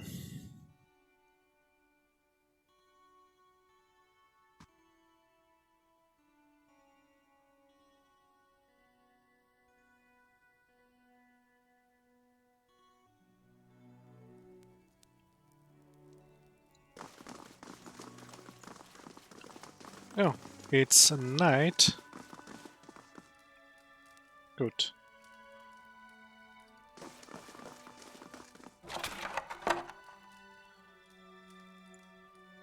This bracelet is comprised of many small interwoven beads and is held together by a fine silver clasp. Together, the beads form a stylized image of mountain peaks. You reach into the barrel and find a bracelet. A thick aura of essence clings to it, fresh with memory. You feel yourself drown into it. In the memory, you stride into the fishery. The floors are swept clean, but the wood is still splotched with snowmelt and fish guts. A man hunkers in the corner, his head nodding forward as if in sleep. He looks up drowsily as you approach. It's Grinda. His face is youthful but sallow, and his hair hangs in stringy locks. You feel a pang of anger and pity at your brother's debauchery. Arda. His voice is little more than a croak. It's past midnight. Your throat feels tight. Grint wipes at his nose, then examines the mingled blood and powder on the back of his hand. He shrugs. Your fingers clench around coarse, thick fabric, your father's best wool cloak tucked under your arm. Go! To raid Ceres, or Defiance Bay, or fucking Air Glonfoth, I don't care! You hurl it at the great huddled on the floor. He picks up the cloak and looks at it with the same sort of dull wonder. He wipes his nose on the lining. A sudden rush of fury leaves your limbs weak and raw. I'll tell them. Mayor Sina healed. The neighbors, everyone. You force the words through your teeth. But what? He mumbles, churning his words from a morass of snot and saliva. The stealing. You think I haven't noticed the money missing from the fishery coffers? Or heard Tana talk about losing a golden duke? You whisper, afraid even now that someone will overhear you, and the words scorch your throat. You can't be found when there's work to do, but every time those merchant wagons roll into town, you've got coin enough for a few bags of ripple sponge. No, it's not. He rubs his red-rimmed eyes. Your own grow warm and blurry. Stalwart tolerates your sponge habit, but they won't abide your thieving. You touch your bracelet, a gift from Mother, looking at the beads. You won't. He rises steadier on his feet than you would have thought. I will. You stride toward him. I wouldn't have shamed mother and father while they was living, but I won't let this keep up. Your anger swallows the last of your pity, anger at him for putting you in this position, for doubting your resolve, for failing to see. You're close enough to smell his stale, sour breath when he pushes you. You fall, watching his widening eyes and the ceiling spinning into your vision. Isn't this just like him? Grinda with his fool tantrums, never thinking of anybody but himself, and now you're going to be nursing a headache for a week. Just goes to show you can't help some people, but you remember him, you remember him too, your baby brother running through the snow, slipping, falling on ice, and you're slipping, falling, and there's a table behind you, but it shouldn't. The memory ends abruptly, jolting you back into the present, with your heart hammering and your palms sweating.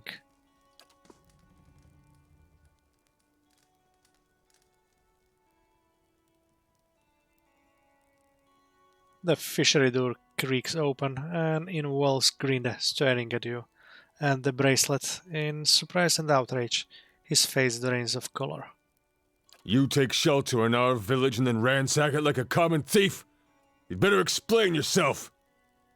His voice shakes, as do his wide, squared shoulders.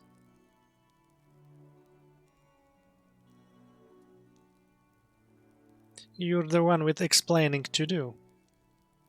What's that supposed to mean? You killed your sister, Arda, right here in this room. He opens his mouth to reply, but the words catch him. The words catch in his throat.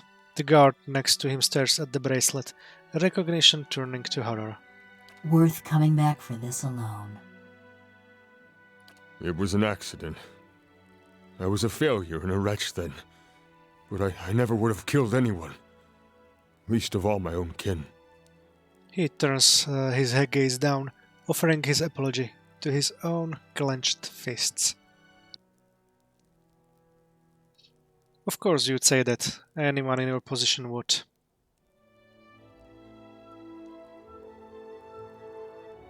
Say nothing. Listen. I gave her body to the lake. But I kept her bracelet. To remember the cost of my own weakness. He loosens his hands and stares at the emptiness in his leathery palms. I ain't asking for forgiveness. I know I don't deserve any. My penance is my work on behalf of the village. And they need it, truly. You've seen the shape this place is in. Have mercy on Stalwart, if not on me. Let me do the work Arda would have done. That's my debt to Stalwart, and the only fitting way to honor my sister. He looks at you, his eyes bright and clear.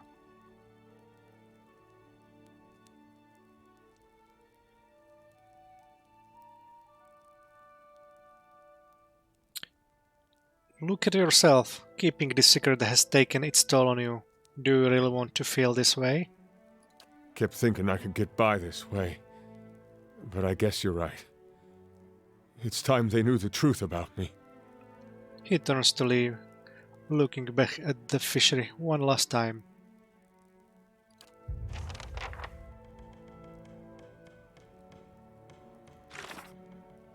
I've dealt with Grinda. Galvino will want to know how things turned out.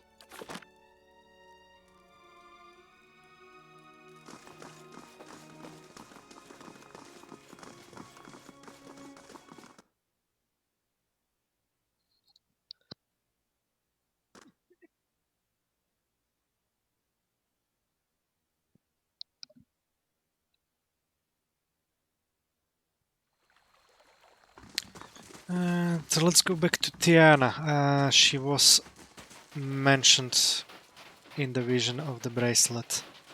So let's see what she has to say, if anything.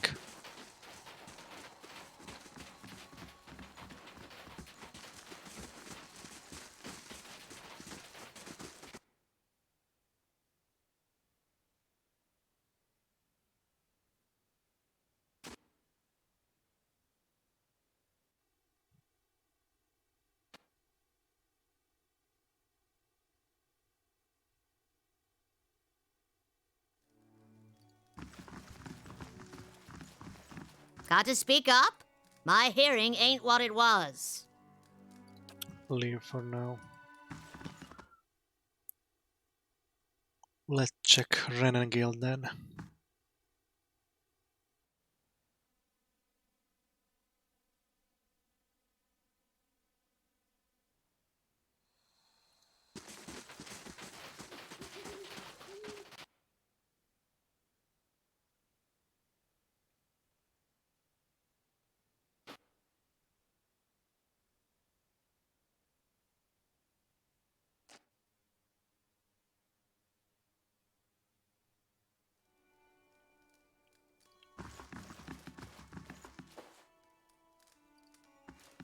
Something else you need? Read his soul. You reach for Aldrich's essence and find yourself staring at fence posts lying in a filthy slush of frozen mud. Snow gathers around your legs and trickles into your boots. A wind nips at you even though it layers of furs. You hold the wood chisel in one numb hand and the mallet in the other. Kneeling over the fence post, you get to work.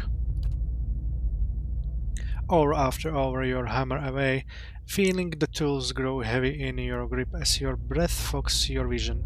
You want to do better work than this. You can do better work than this. But no one's building new houses in Stalwart. The last table you crafted was put into the fishery, and pike entrails now trace the fine dovetail joints you so lovingly carved. Now you mend the stockade because that's what's needed.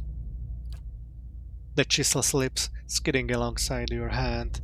You gasp, but you hold up your hand and see, much to your relief, all 5 fingers wiggling back at you. You need to get out of this town. You pull back from Aldrich's soul. He is still staring into the fire, seemingly lost in his own memories too. Farewell. I take it you've met Galvino. Renegil glances at the Devil of Karok, her eyes narrowing. Do you know where I could find Harmka? Probably out in the russet wood, chopping timber. She eyes the Devil of Karok. Don't worry, we're not looking to murder him or anything. He winks at you. Why do you want to know?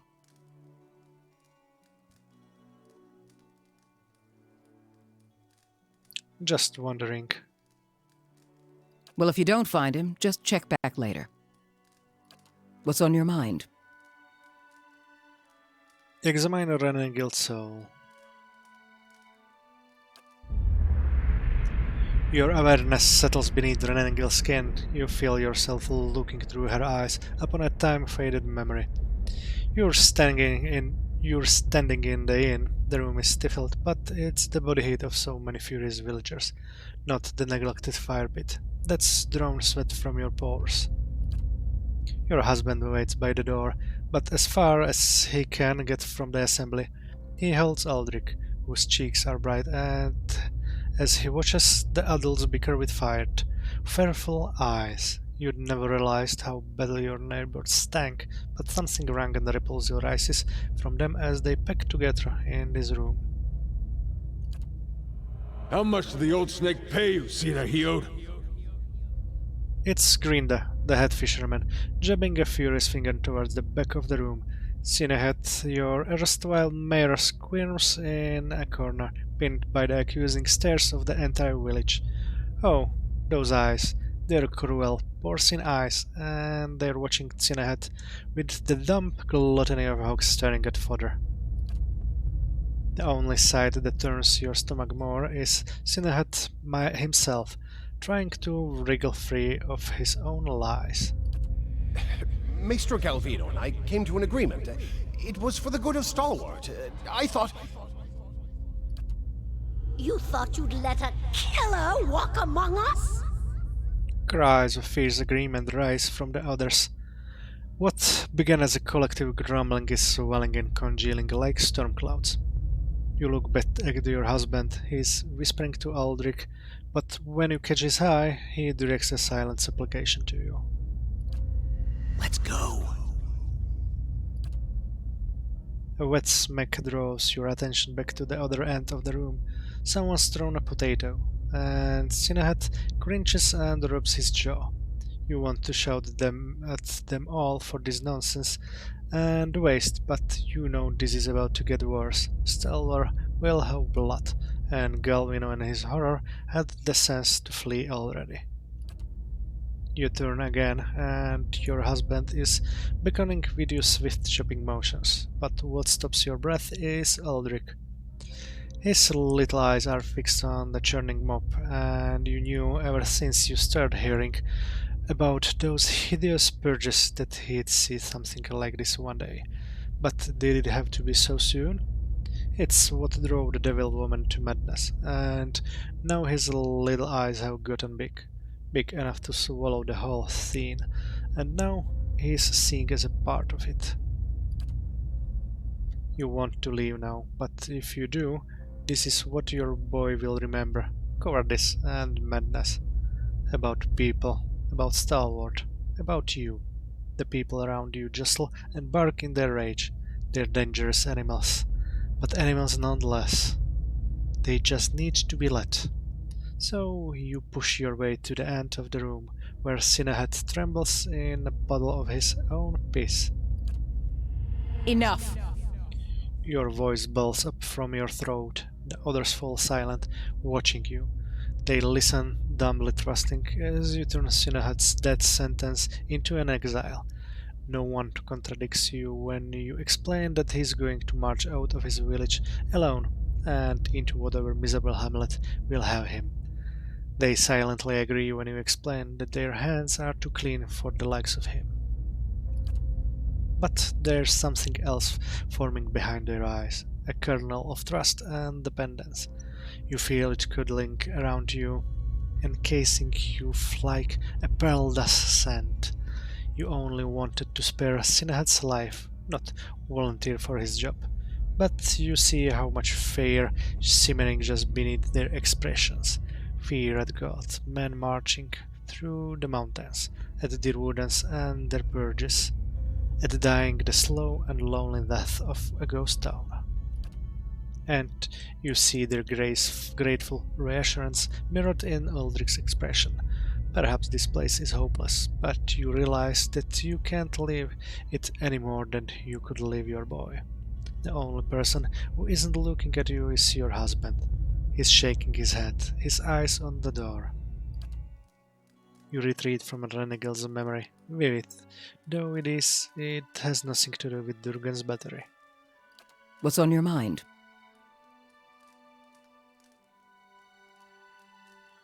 Very well.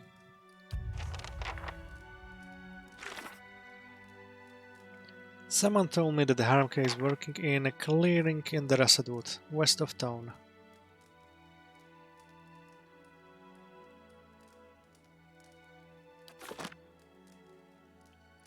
Hmm?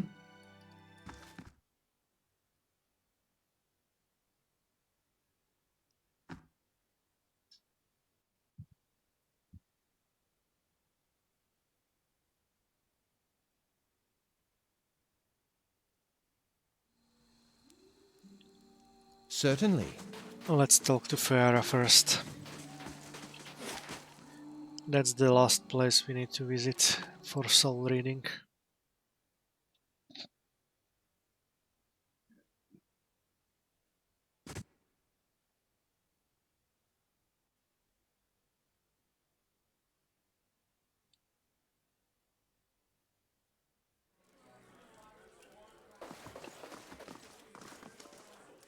Place wouldn't be the same without Katie. Good on you for saving her. So let's check the janitor first. Something I can do for you? Halfrick's got me straightening the rooms, but I'll help you if I can. Read her soul. You feel for Owina's essence and almost instantly find yourself wrapped in darkness. It takes you a moment to realize that you plunge into a very old memory. But as your eyes adjust to the torchlight, you find yourself standing in a gloomy tunnel that you instinctively recognize as a part of Durgan's battery. A handful of figures in patchy cloaks and hoods, dwarves like you, hunch over a minecart. They are loading it with cloth-wrapped bundles from which you see the occasional flash of metal, the edge of a blade, or a burnished glow of a blade. The others, dwarves, carry with a curious mixture of haste and caution. They stack the bundles in a dim of muted clangs and thumps, following the echoes of their ruckus down the tunnel with nervous eyes. Pay attention! Sooner we get this done, sooner we can go. Your voice is a dry whisper, and your nerves tingle with an energy. You feel the same apprehension that the others do, but unlike them, you relish it. Still, you look over your shoulder, just in case. We're hurrying, Captain Gregor. Honest. When you turn back, the others have redoubled their efforts, and you feel a pleasure twist in your gut as they fill the cart. Being captain of the guard doesn't pay much, but it does allow you to visit the armory without raising eyebrows. And with Coinmaster Zoltun selling off half of the battery's arsenal, who's going to notice a few more missing pieces? Besides, you got a buyer lined up. As long as you can move these goods out of the battery before someone squeals. You pull back from the memory to find Oina staring at you. Sir? Excuse me, sir.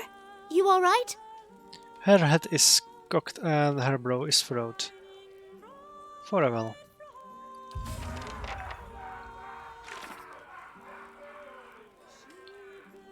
Oina, a maid at Grave's Rest, shares her soul with a dwarf named Gregor. He is corrupt and deceitful, so awakening him could make things interesting for the shy maid.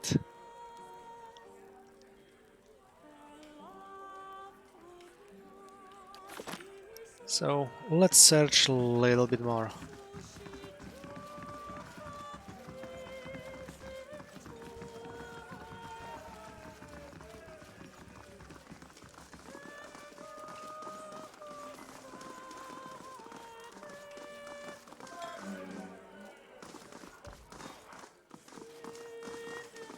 Okay, Farah is here, so let's talk to her about the SWEF. Let's just quick save first.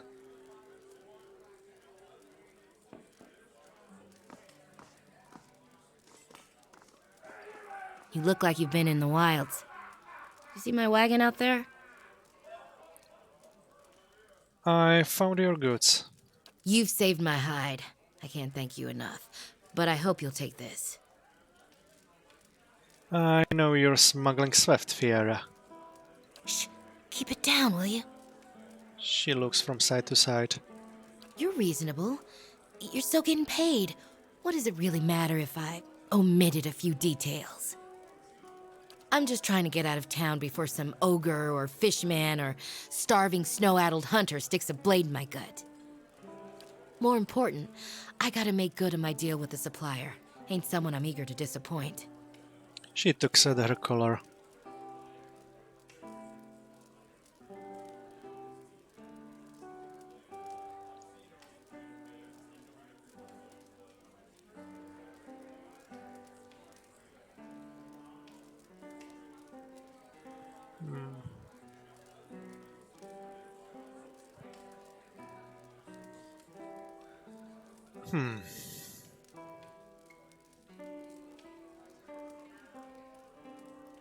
I won't help you peddle this poison. Give up your wicked trade, Fiera. You... Fine. Guess I'm stuck here. Because I don't dare face my supplier empty-handed. Hope you're happy. She gulps the rest of her drink.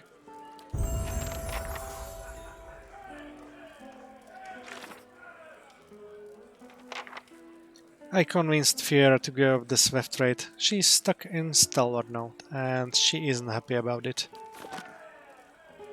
Interesting. So let's level up Adair.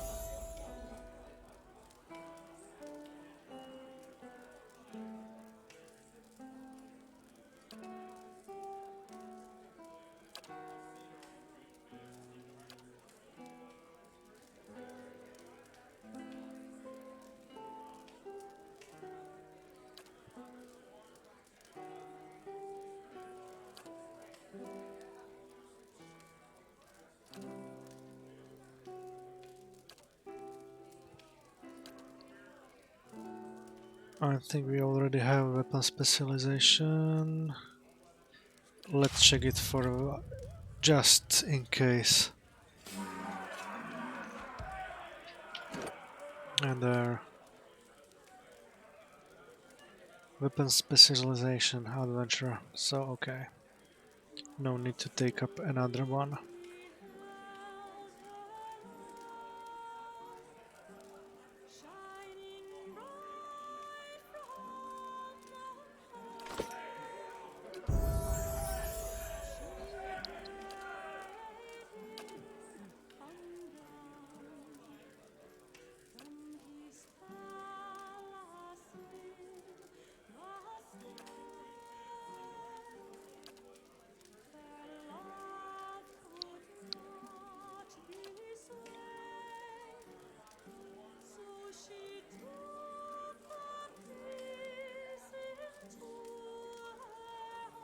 Nope.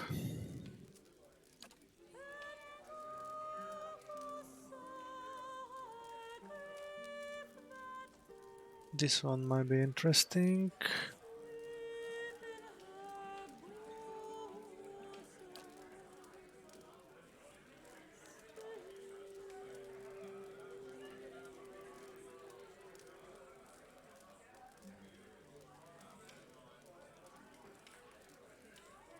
Mm.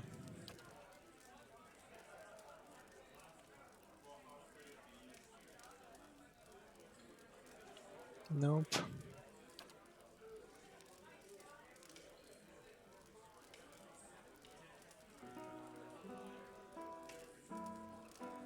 This one is interesting.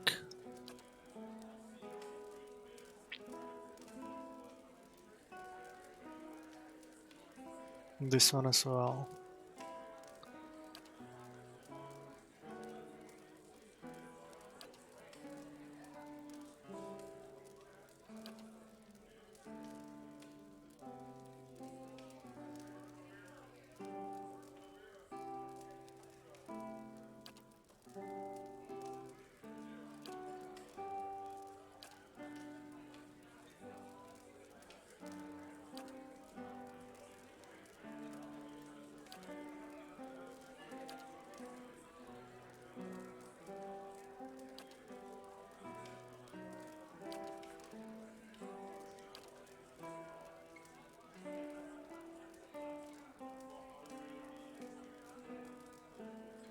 Let's try this one.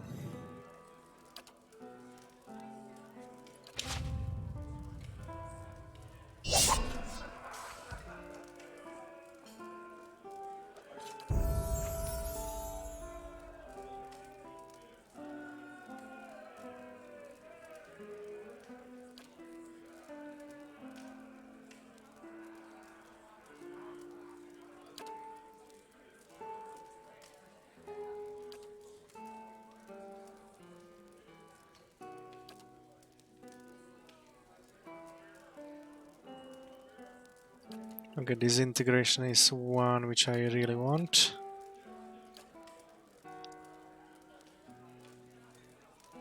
And let's use the Mind Plague.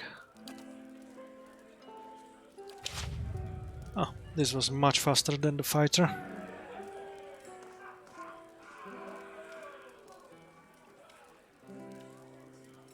Don't mind me. I'm staying here to take up fishing or mining. What fun, huh?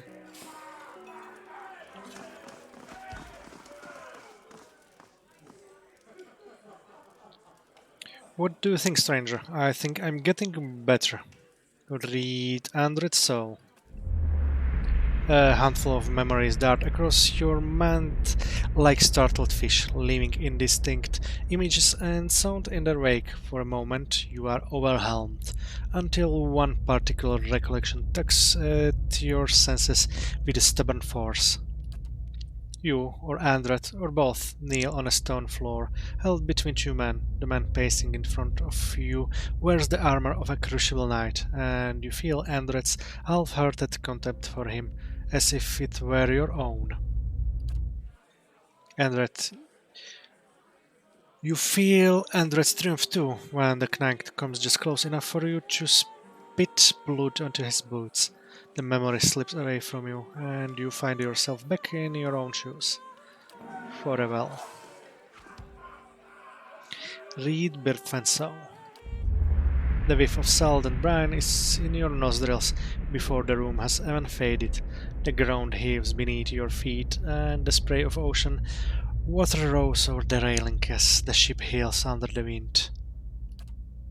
The ship shudders violently, and you are thrown against the railing. In that moment, you find your gaze pulled to the pitching surface of the dark sea, and see there an eye broad as shield gazing back at you in turn. Fear and fascination sweep through your mind, even as your senses recede and the memories fades. Farewell. No. Let's talk to KD. Hello, sir. Anything I can do for you? Farewell. Cook.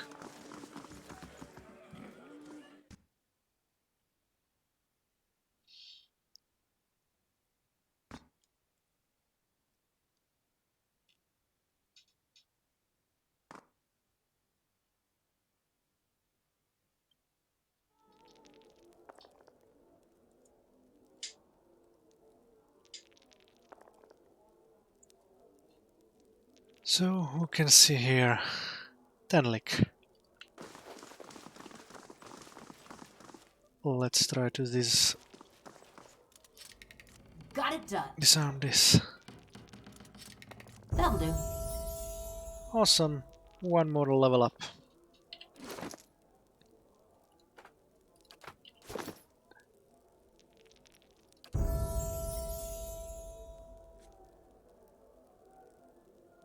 I'll use more lore on him.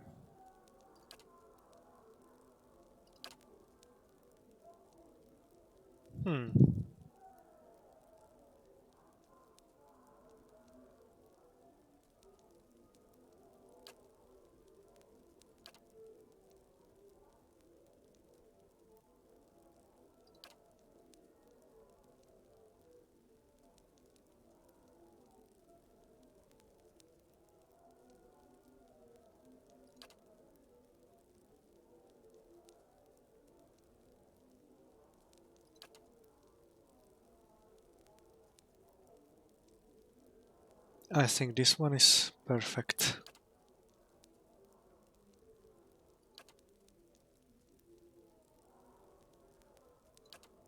Yes, let's take the holy power.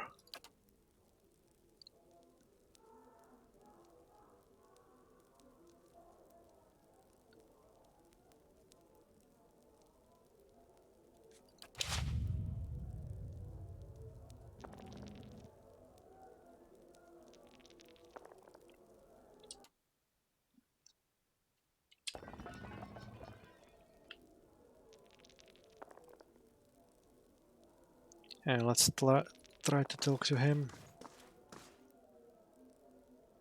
What can I do for you, Ogre Slayer? Fancy roll of a dice? Read his soul. For a moment your senses are overwhelmed. There are fumbling hands at your belt and your own low laughter in your ears.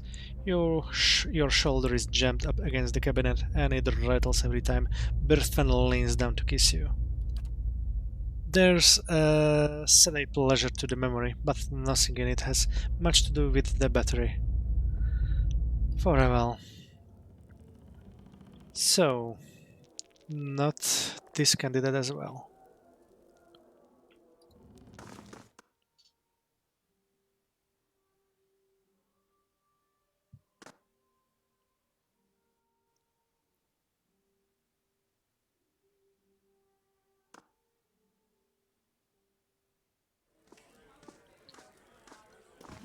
Oh, Heferic, I still haven't Back to talked warm to your him. hands, eh? What can I do for you? Read his soul. You see a room, dark and damp, a cellar. It looks like a part of the inn rather than an old fortress. Through Heferic's eyes, you admire a row of gleaming bottles recently dusted and polished. As you step back from the shelves, you look on with satisfaction at a pressure plate concealed in the stone floor. You all right? I won't serve you if you're already drunk, you know. He squints at you. Forever. Okay. Looks like I'm out of options now.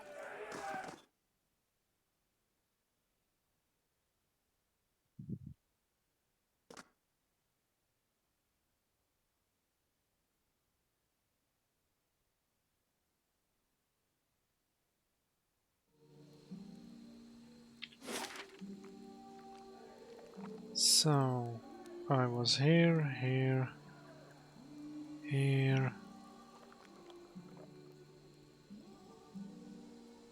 here, and here. And here as well. Let's check for a while if we can find someone here. But I doubt anyone is here as well.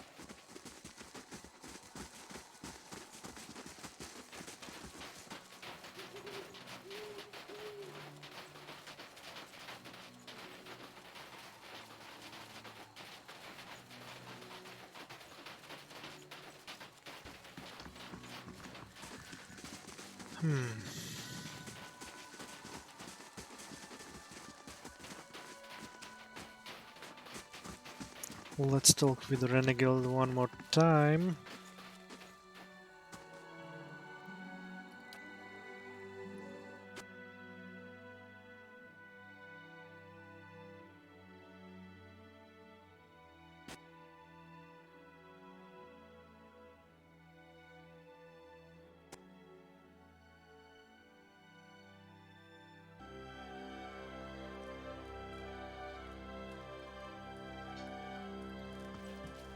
You've been busy since we last spoke. I want to thank you for what you've been doing for Stalwart.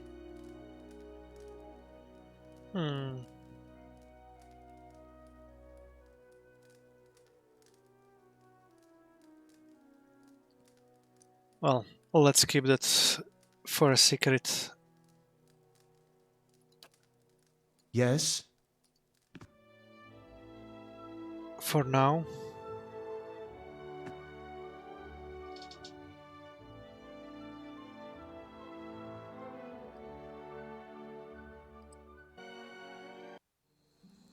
Certainly.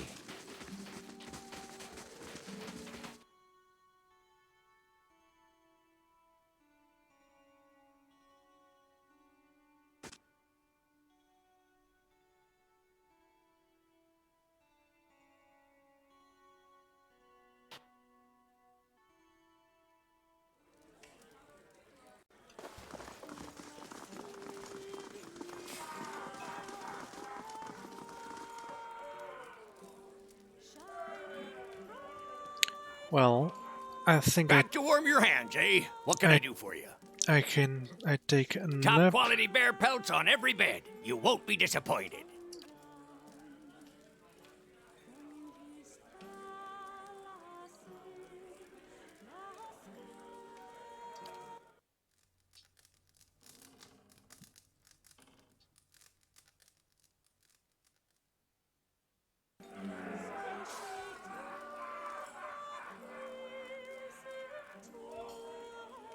And I will go check the fishery one more time. And maybe wait until it will be morning. Because I was there only at night and no one was there. So hopefully I do not miss anyone.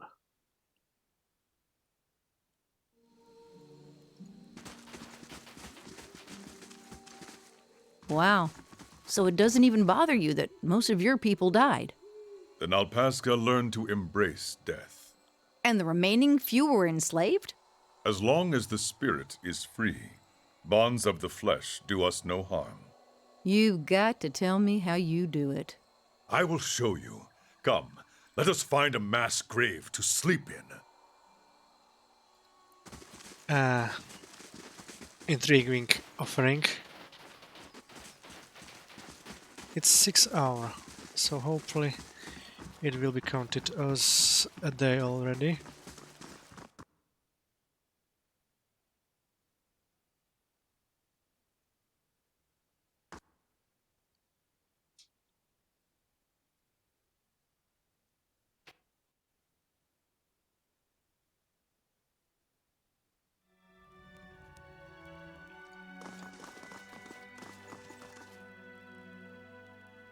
What will Fira do here? I can imagine her up to her elbows in fish guts.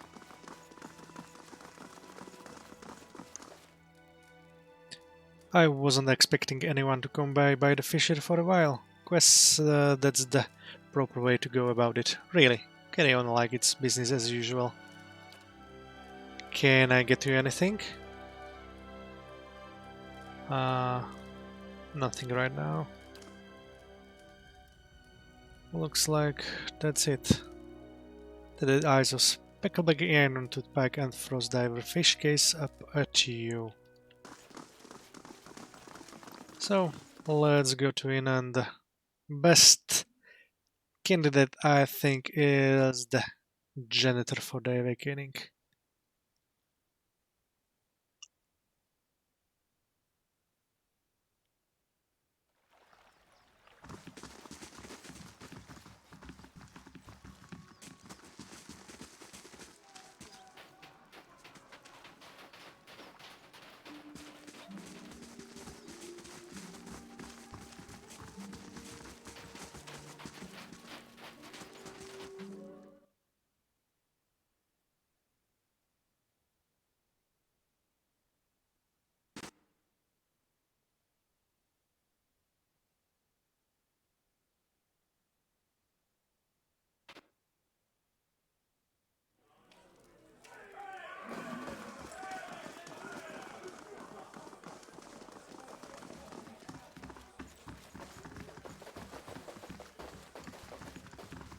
Okay, here we are.